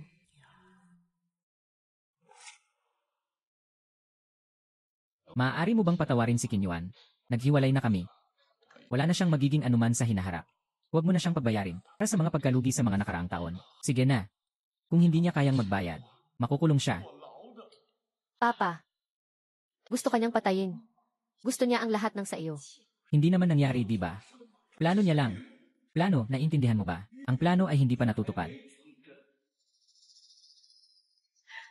Kapag natupad na, ganyan pa rin ba ang iisipin mo? Tiwala ako, malalim ang pagmamahal niya sa akin. Sigurado ako, kung may ganoong pagkakataon, hindi niya ako sasaktan. Pero, sinaktan niya ako. Gusto niya akong patayin. Bakit hindi mo maintindihan? Pinatay ka ba niya? Nakalimutan mo na ba kung gaano siya kabuti sa'yo? At isa pa, hindi naman nangyari yun, di ba? Nalito lang siya sandali. Plano niya lang yun. Plano. CJ. Plano. Pagkatapos ng araw na yon, sinulatan ako ni Kinyuan araw-araw. Humihingi siya ng tawad araw-araw. Gusto niya lang akong mapatawad. 4 na buwan. Sinulatan niya ako ng 12 sulat ng paghingi ng tawad. Halos 10,000 salita. Diyos ko, hindi ko maisip kung gaano kalaki ang kanyang pagsisikap. Matandang lalaki. Bakit mo ako hinahabol? Alam mo ba, kung gaano katotoo ang pagmamahal sa akin ni Kinyuan? Gaano kalaki? Pagkatapos kong makatakas dito, Hindi kita patatahimikin. alam mo ba, kung gaano katotoo ang pagmamahal sa akin ni Kinyuan? Gaano kalaki? Itay. Ano? Hindi ko maisip. Sa iyong katalinuhan at kainosentehan, paano mo nagawa ang napakalaking negosyong ito? Ikaw, Anong ibig mong sabihin? ang ibig kong sabihin ay, ang iyong karunungan ay hindi tugma sa iyong kayamanan. Papatayin kita.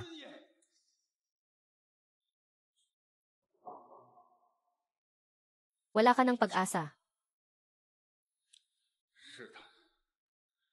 Wala akong pakialam kung ano ang iniisip mo.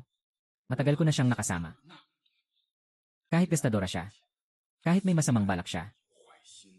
Kahit, dati, balak niya tayong patayin para makuha ang pera natin. Naniniwala pa rin ako. Nasa kaibuturan niya ay isa siyang mabuti at mabait na babae. Hindi katulad mo. Masyado kang mapagkalkula. Mabuting babae. Kung hindi siya mabuting babae sa kaibuturan, paano niya magagaw ang sulatan ako ng liham bawat linggo para humingi ng tawad? Kung hindi niya ako mahal. Ang pagsusulat ng liham ay napakasakit na bagay. Sino ang makakatiis? Naisip mo na ba? Pagkatapos niyang humingi ng tawad sa iyo, Hindi na niya kailangan. bayaran ang milyon-milyong danyos. Kung ituturing ito bilang isang trabaho, isang liham lang bawat linggo. 4 na buwan, kikita ka ng mahigit 50 milyon. Gusto ko rin ng ganyang trabaho. Hindi. Gusto ko. Gagawin ko araw-araw. Ikaw. Hindi tayo magkaintindihan. Dahil masyado kang mapagkalkula. Matagumpay ka, nabunyag mo ang kanilang pakana. Pero, naging masama ka na. Ikaw ay, iniisip mong lahat ng tao, ay katulad mo.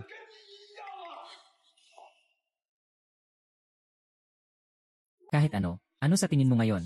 Napagdesisyonan ko ng patawarin siya. Oh, tama, ako ang tatay mo. Isa kang nakababata. Wala kang karapatan, napakialaman ang masayang buhay ko. Tama, Wala akong pakialam. napagdesisyonan ko na. Patawarin si Kinyuan.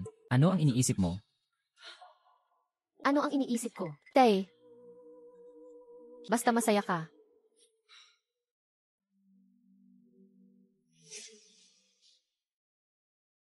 Kahit na, marami siyang pagkakamali. Handa siyang humingi ng tawad sa akin. At patuloy siyang humihingi ng tawad. Sapat na yon para patunayan ang kanyang sinseridad. Bilang nakababata, wala akong karapatan na pakialaman ang masayang buhay ng nakatatanda. Tay, Sabi, aalis na ako bukas. Aalis na ako bukas. Aalis na ako sa bahay na ito. gusto mong putulin ang relasyon natin bilang mag-ama. Sinasabi ko sa'yo, kahit gusto mo akong putulin bilang anak, makikipagbalikan pa rin ako kay Kinyuan. Tandaan mo, ang kwento ng magsasaka at ahas. Hindi siya ahas. Sa tingin ko ikaw, Noong araw na iyon, naramdaman ko kung gaano kalalim ang iyong mga pakana. Natalo mo ang mga masasamang tao. Pero pakiramdam ko ay ibang-iba ka na. Hindi ganito ang anak ko dati. At ang mas nakakahiya ay, noong araw na yon, hindi mo ako binigyan ng respeto. Parang sa harap mo, hindi ako isang matalinong ama. Pero iba ang madrasta mo. Nitong mga nakaraang araw, sinulatan niya ako ng mga sulat ng paghingi ng tawad. Kasalanan lahat ito ni Lin Sihui. Kung hindi lang dahil sa hindi pagkakaintindi ni Lin Sihui, magagawa ko ba siyang traidurin? Sinabi rin niya sa akin. Na noong mga panahong iyon, pinilit siya ni Zhang Tengfi na gawin ito. At wala siyang kinalaman dito. Sabi pa ng madrasta mo, hindi mo siya naintindihan kailanman.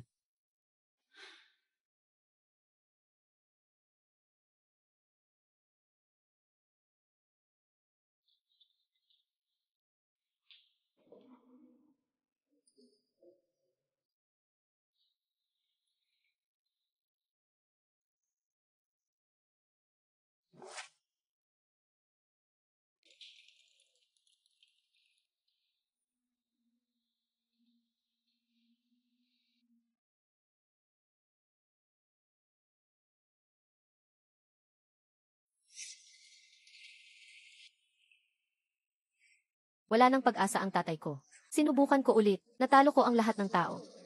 Pero sa huli, Hindi ko pa rin natakasan. ang pagtatraidor ng pinakamalapit sa akin, babaeng pumatay, sa akin. Pinili ng tatay ko na magpatawad. Sabi niya, hindi ba't parang walang nangyari?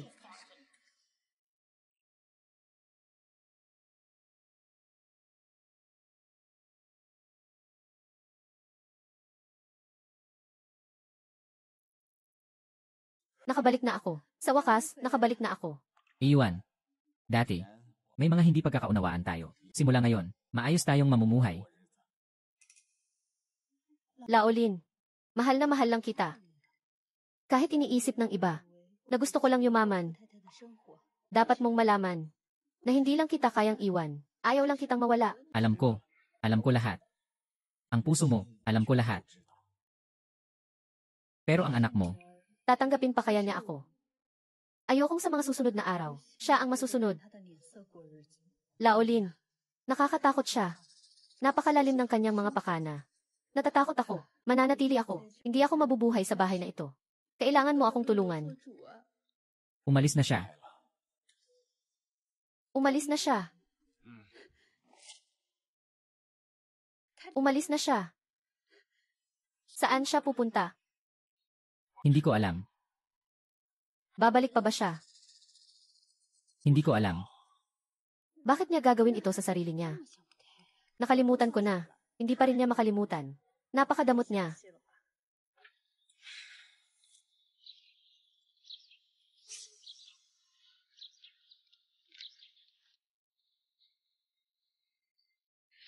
Magpahinga ka. Maglilinis ako.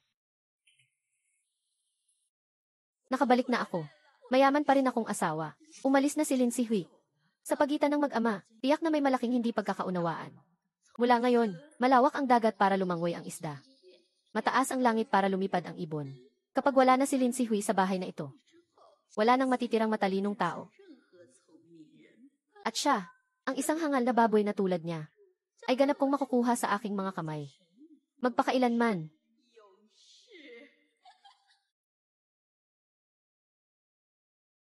And Mathlin, napakaganda ng night view ng unit na ito. Sa gabi, ang mga ilaw sa buong lungsod ay nagniningning. Kung bibilhin mo ito, ito na yon, mabuti.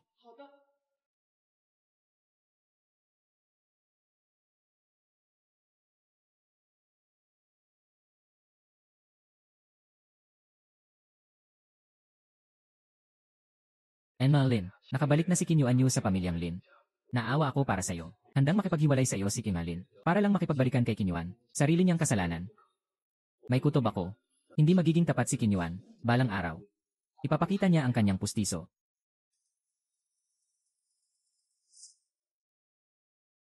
Laolin, nakabalik na. Umupo ka.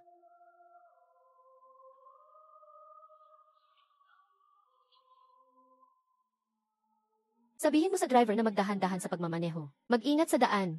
Alam ko, Dahan-dahan sa daan.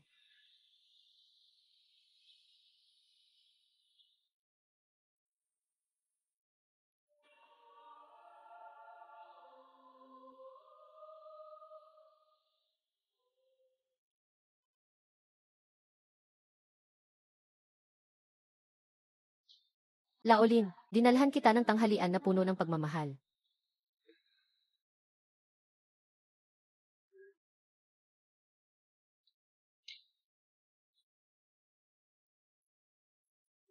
Uminom ng isang basong mainit na gatas pagkatapos kumain. Habang mainit pa.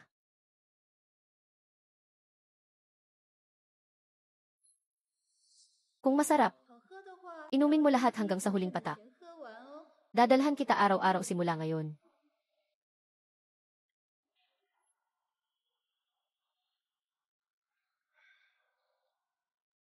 Yuan, hindi mo naman kailangang magpakahirap ng ganito.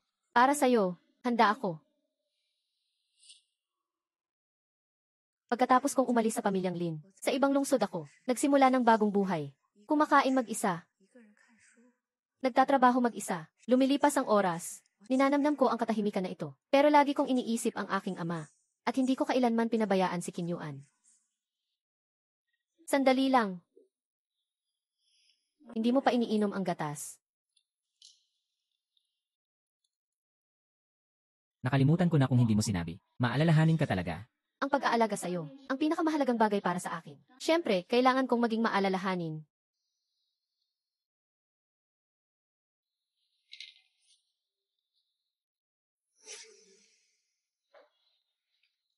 Alam kong umiinom ka na naman ng kape. Hindi mo inaalagaan ang sarili mo. Nasanay na ako. Malamig na. Mula ngayon, mainit na gatas na lang ang iinumin mo. Ubusin mo yan. Sige. Susundin ko lahat ng sasabihin mo. Magpahinga ka ng maaga.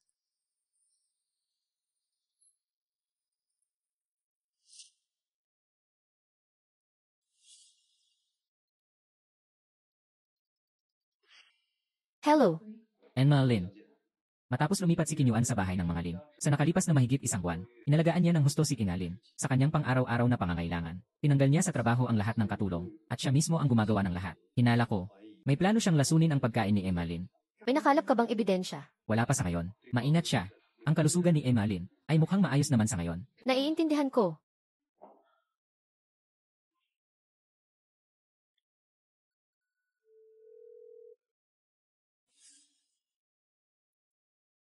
Magpadala ng mensahe. Paraan ng pagpapadala. Sabihin, Kailangan ko pa ring ipaalala sa iyo kahit anuman. Mag-ingat kay Qin Yuan. Anumang bagay na ginawa niya, huwag mong kainin. Ang pagbabalik niya sa pamilyang Lin ay tiyak na para sa iyo. hanggang ngayon, sinisiraan mo pa rin siya. Hindi ko maintindihan. Malinaw na nagsisi na siya ng taos puso. Bakit mo siya pinag-initan? Papa, imposibleng magsisi si Qin Yuan ng taos puso. Ano ang alam mo? Mabait at maalalahanin siya sa akin araw-araw. Inaalagaan niya ako ng husto. Gaano kalaki ang kanyang ipinagbago. Mula noong kasama ko siya, alam mo ba? Huwag ka nang tumawag ulit kung wala kang sasabihing importante.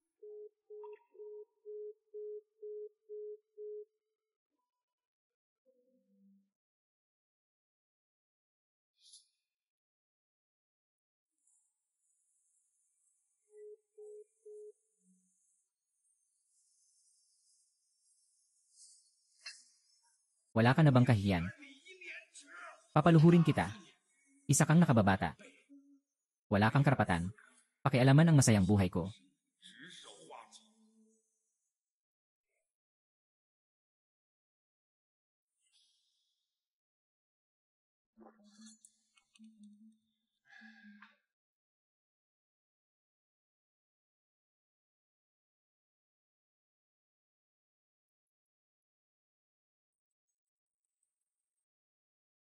Hello.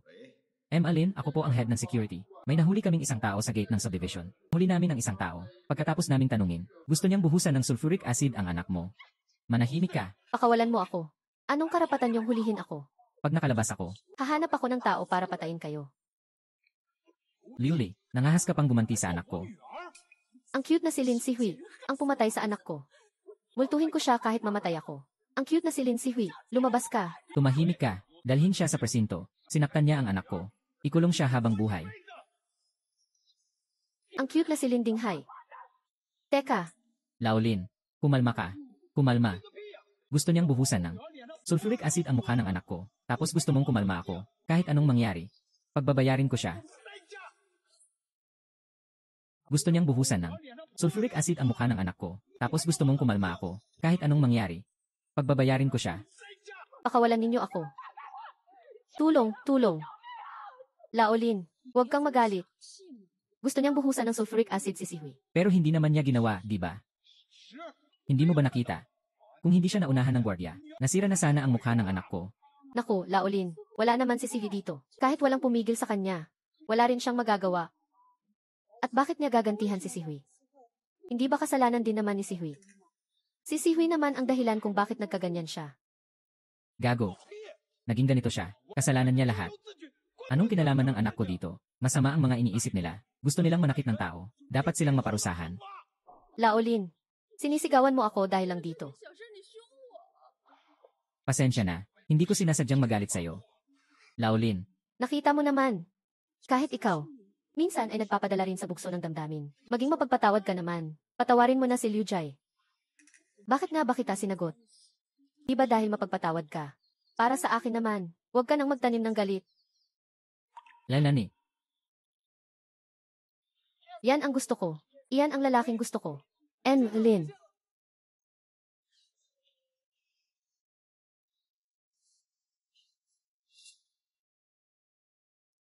Sa huli, ang iyong ama na si Imalin ay pinatawad si Liuli. Alam ko na.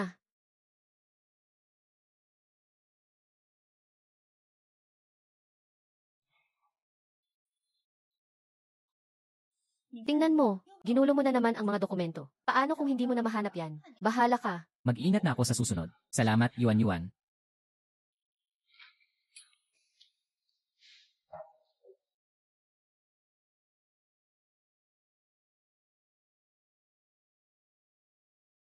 Nayam, naayos ko na po ang mga gamit. Itapon mo lahat. Opo.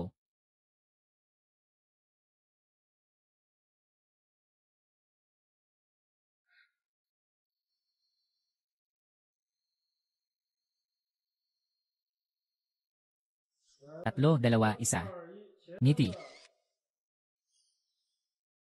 Hindi ko pa rin talaga matatawag na tahanan ang lugar na ito.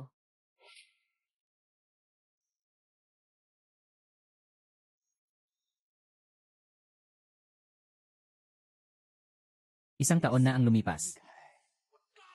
Mula nang umalis si Sihui. Simula noong nag-away kami. Parang naglaho na lang siya. Walang paramdam. Hindi ko alam kung galit pa rin siya sa akin. Bigla akong nakaramdam ng pagsisisi. Sa nakalipas na taon, si Yuan Yuan ang kasakasama ko. Inaalagaan niya ako ng husto. Ngunit hindi ko alam kung bakit. Lumalala ang kalusugan ko araw-araw. Madalas akong makaramdam ng pagod. Pagkahilo. Hindi matukoy ng doktor. Kung ano ang nangyayari. Sinabihan ako ni Sihui na mag-ingat kay Yuan Yuan. Nagkaroon din ako ng ilang mga hinala. Ngunit sa lahat ng oras na ito, ang kanyang kabaitan at pag-aalaga ay hindi ako makapaniwala.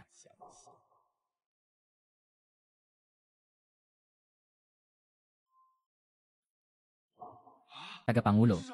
May tao ba dyan? Nahilo ang tagapangulo. Tagapangulo. Anong nangyari sa'yo? Tagapangulo. Tagapangulo. Tagapangulo.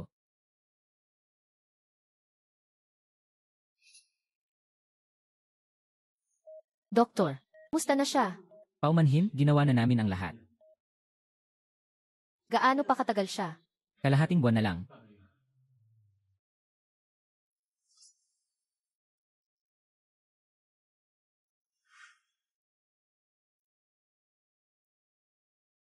Hello, Binibining Lin, ang iyong ama, ay biglang nawala ng malay sa opisina, at ngayon ay dinala na sa ospital. ano?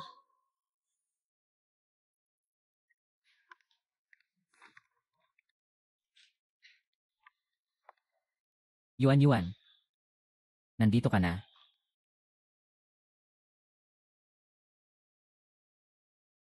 Laolin. Pirmahan mo na. Mahina ang kalusugan mo ngayon. Ako na ang bahala sa kumpanya. Para hindi ka mag-alala, ano ito? Kontrata sa paglilipat ng pagmamayari. Huwag kang mag-alala. Mamamahala ako ng maayos sa kumpanya. Hindi kita bibigyan.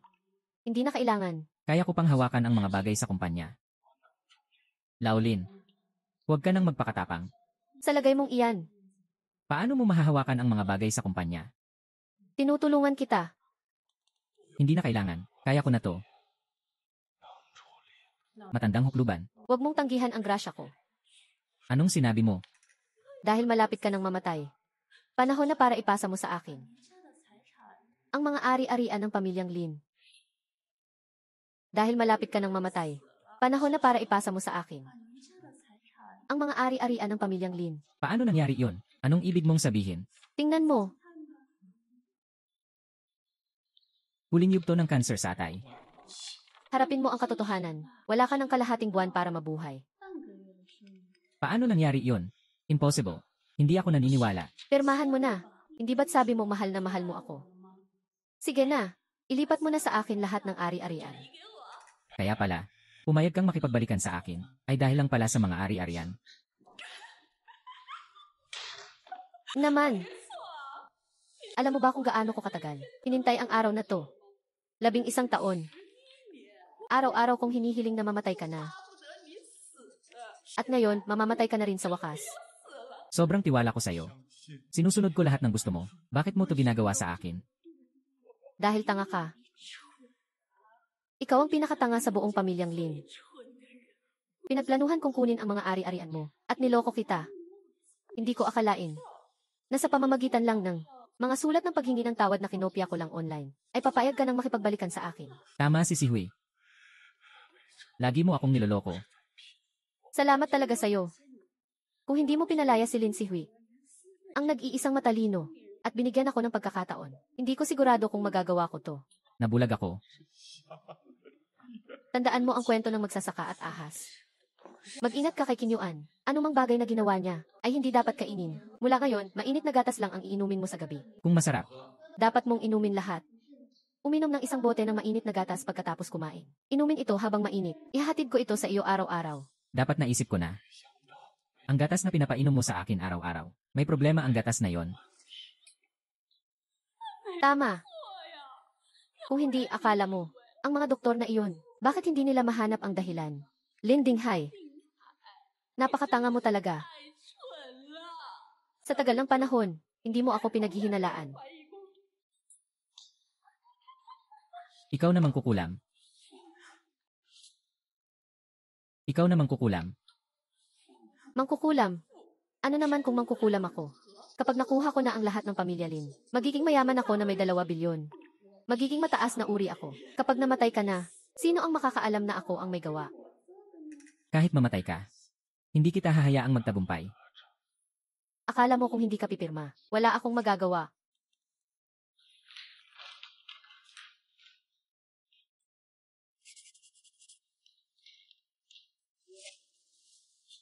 Ikaw, matagal ko nang natutunan. Gayahin ang sulat kamay mo.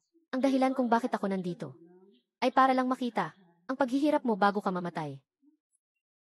Pagbabayaran mo ito. Sinasabi mong pagbabayaran. Ako, isang babaeng galing sa liblib na lugar. Ngayon ay makukuha ko na ang lahat ng pamilya Lin. Malapit na akong maging isang taong may mataas na uri. Wala nang mas. Magandang ganti kaysa dito. Hindi hahayaan ni Sihui na magtagumpay ka.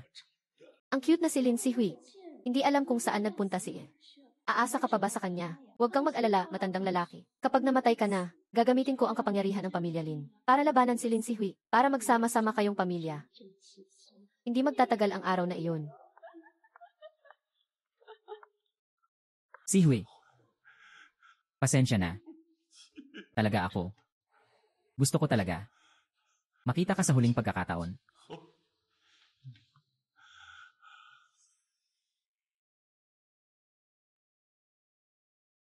Simula nang bumagsak ako, may hinala na ako. Sa oras na yon, na-realize ko na.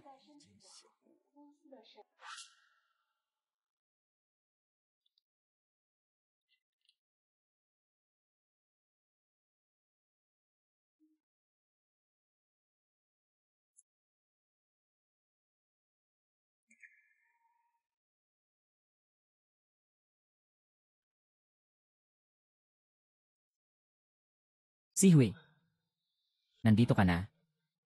Itay, Sa buhay kong ito, ang taong pinakapasensyahan ko ay ikaw. Hindi ko inaasahan. Bago ako mamatay, makikita pa kita ulit. Sa huling pagkakataon, nanganak si Itay ng mabuting anak na babae. Pero hindi isang mabuting ama. Para sa'yo, para protektahan ang pamilyang ito, sinira mo mismo ang sarili mong kasal. Ngunit para sa katawa-tawa, mukha, napagkamalan kita. Sinaktan kita. Pinutol ko pa nga ang ating relasyon. Sa puso mo, gaano kasakit? Itay, hindi kita sinisisi. Talagang hindi kita sinisisi. Noon, hindi ako nakinig, ang iyong payo. Ngayon, tinatamasa ko ang mapait na bunga. Ito ay may tuturing na, parusa sa akin, ng langit. Pero hindi ako mapapanatag. Hindi ko nagawa, maiwan sa aking anak na babae, ang kahit anong mana. Hinayaan ko si Kinyuan, ang babaeng makamandag na yon, na agawin ang lahat. Hindi ko napigilan. Walang kwenta ang papa. Hindi ko mapigilan si Kinyuan. Dito, mayroon siyang ebidensya ng krimen. Sa buong buhay ko, lumutang ako sa dagat ng negosyo. Iniisip kong ako ang nag-iisang namamahala sa mundo. Nakakatawa talaga. Bulag ako. At ang aking sariling anak na babae ay nakipaghiwalay sa akin. Pinalayas ko siya sa bahay na ito, ang nag-iisang matalinong tao. Ngunit naniniwala ako sa isang babaeng makamandag ang puso. Hinayaan ko siyang sipsipin ang dugo ng aming pamilya na walang pag-asa na makabawi. Humihingi ako ng tawad sa aking anak na babae.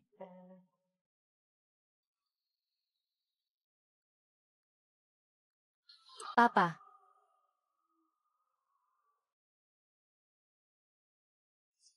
Pinahirapan kita.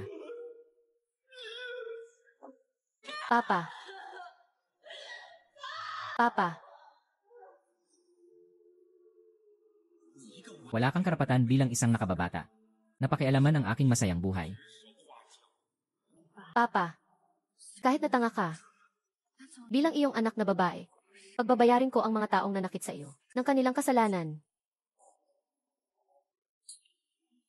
Kapag namatay ka na, sino ang makakaalam na ako ang may gawa nito? Alam mo ba kung gaano ko katagal hinintay ang araw na ito? 11 taon. Araw-araw, inaasam ko ang iyong kamatayan. At ngayon, mamamatay ka na rin sa wakas.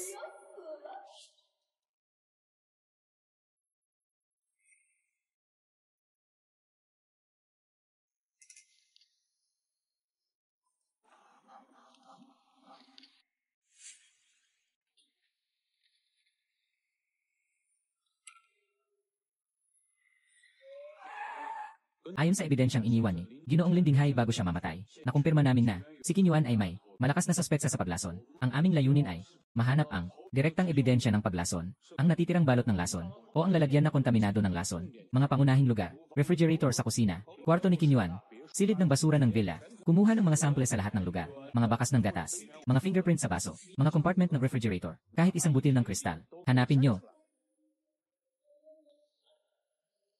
Pumunta agad sa Lin Group at arestuhin si Kinyuan.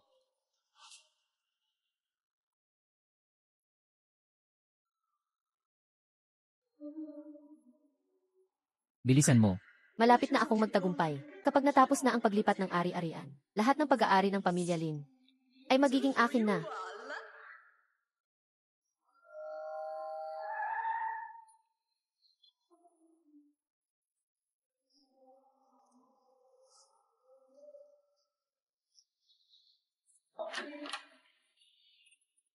Ginang. Ano po ito? Bilisan mo, iproseso mo ang paglipat ng ari-arian. Simula ngayon, ang Lin Group ay akin na. Ginang, Mahalaga ito.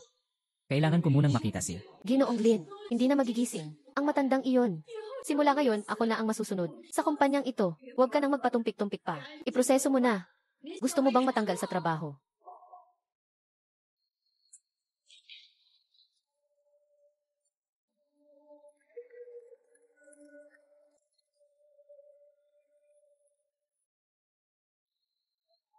Anong nangyari? Anong ginagawa mo? Bakit hindi ko mailipat? Ito. Anong nangyari? Anong ginagawa mo? Bakit hindi ko mailipat? Hindi ko alam ito. Ginang Kinyuan, ikaw ay pinaghihinalaan ng Ines, illegal na pagmamayari, ang ari-arian ng iba. Sumama ka sa amin. Nagsasalita ka ng kalokohan. May ebidensya ka ba? Mag-ingat ka, ay dedemanda ko kayo. Sa paninirang puri.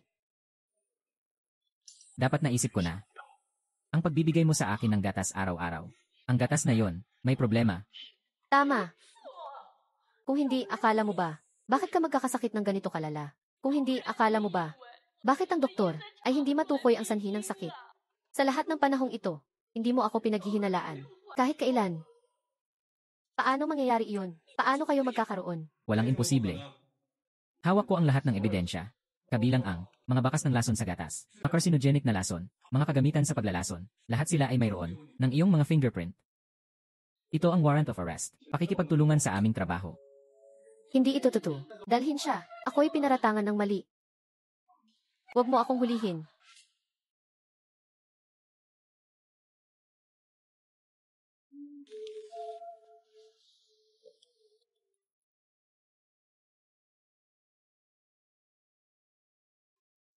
Hello. Nagpanggap na kami at nakipag-ugnayan kay Liuli. Tulad ng inaasahan ni Annalyn, palaging nagpaplano ng paghihiganti. Hayaan siyang maging bahagi ng malaking palabas na ito at mag-alay ng isang perpektong pagtatapos.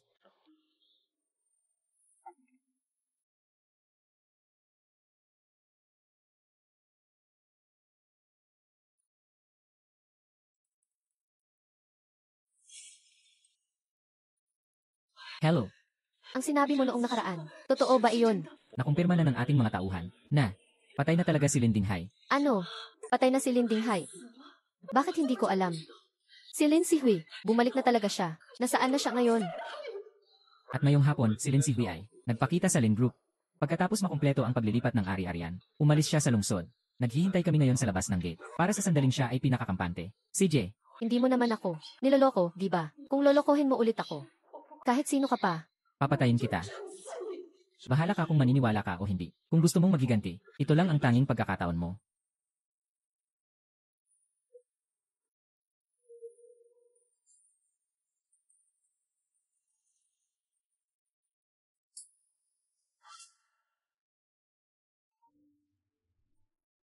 Hayaan.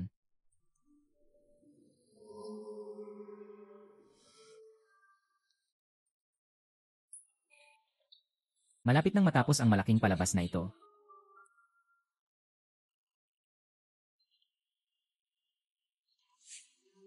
Anak, hayaan mong ipaghiganti ka ng nanay mo. Dumating na ang oras para ipaghiganti ka. Malapit na, malapit na.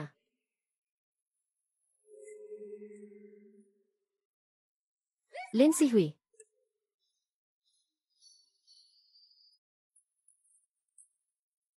Ito ang bunga ng pagpatay mo sa anak ko.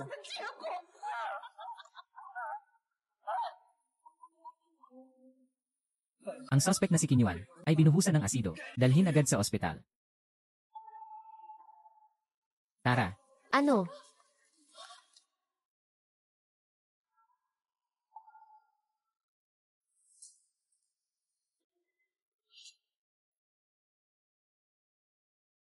Miss Lin. Hindi pa ako nakakakita ng isang babaeng kahanga-hanga na katulad mo. Kalmado, matalino, maabilidad. Sa kasal sa pamamagitan ng isang trio, inbunyag ang isang sabuatan. Hinarap ang manloloko at ang kabit. At sa harap ng lahat, nang sila ay kampante, natitiyak na si Kinyuan ay may masamang balak. Matagumpay na binago ang sitwasyon sa loob ng isang taon. Binago ang sitwasyon. Ganap na nalutas ang lahat ng problema. Ah, tama, Inalin. Babalik ka ba sa pamilya Lin sa hinaharap?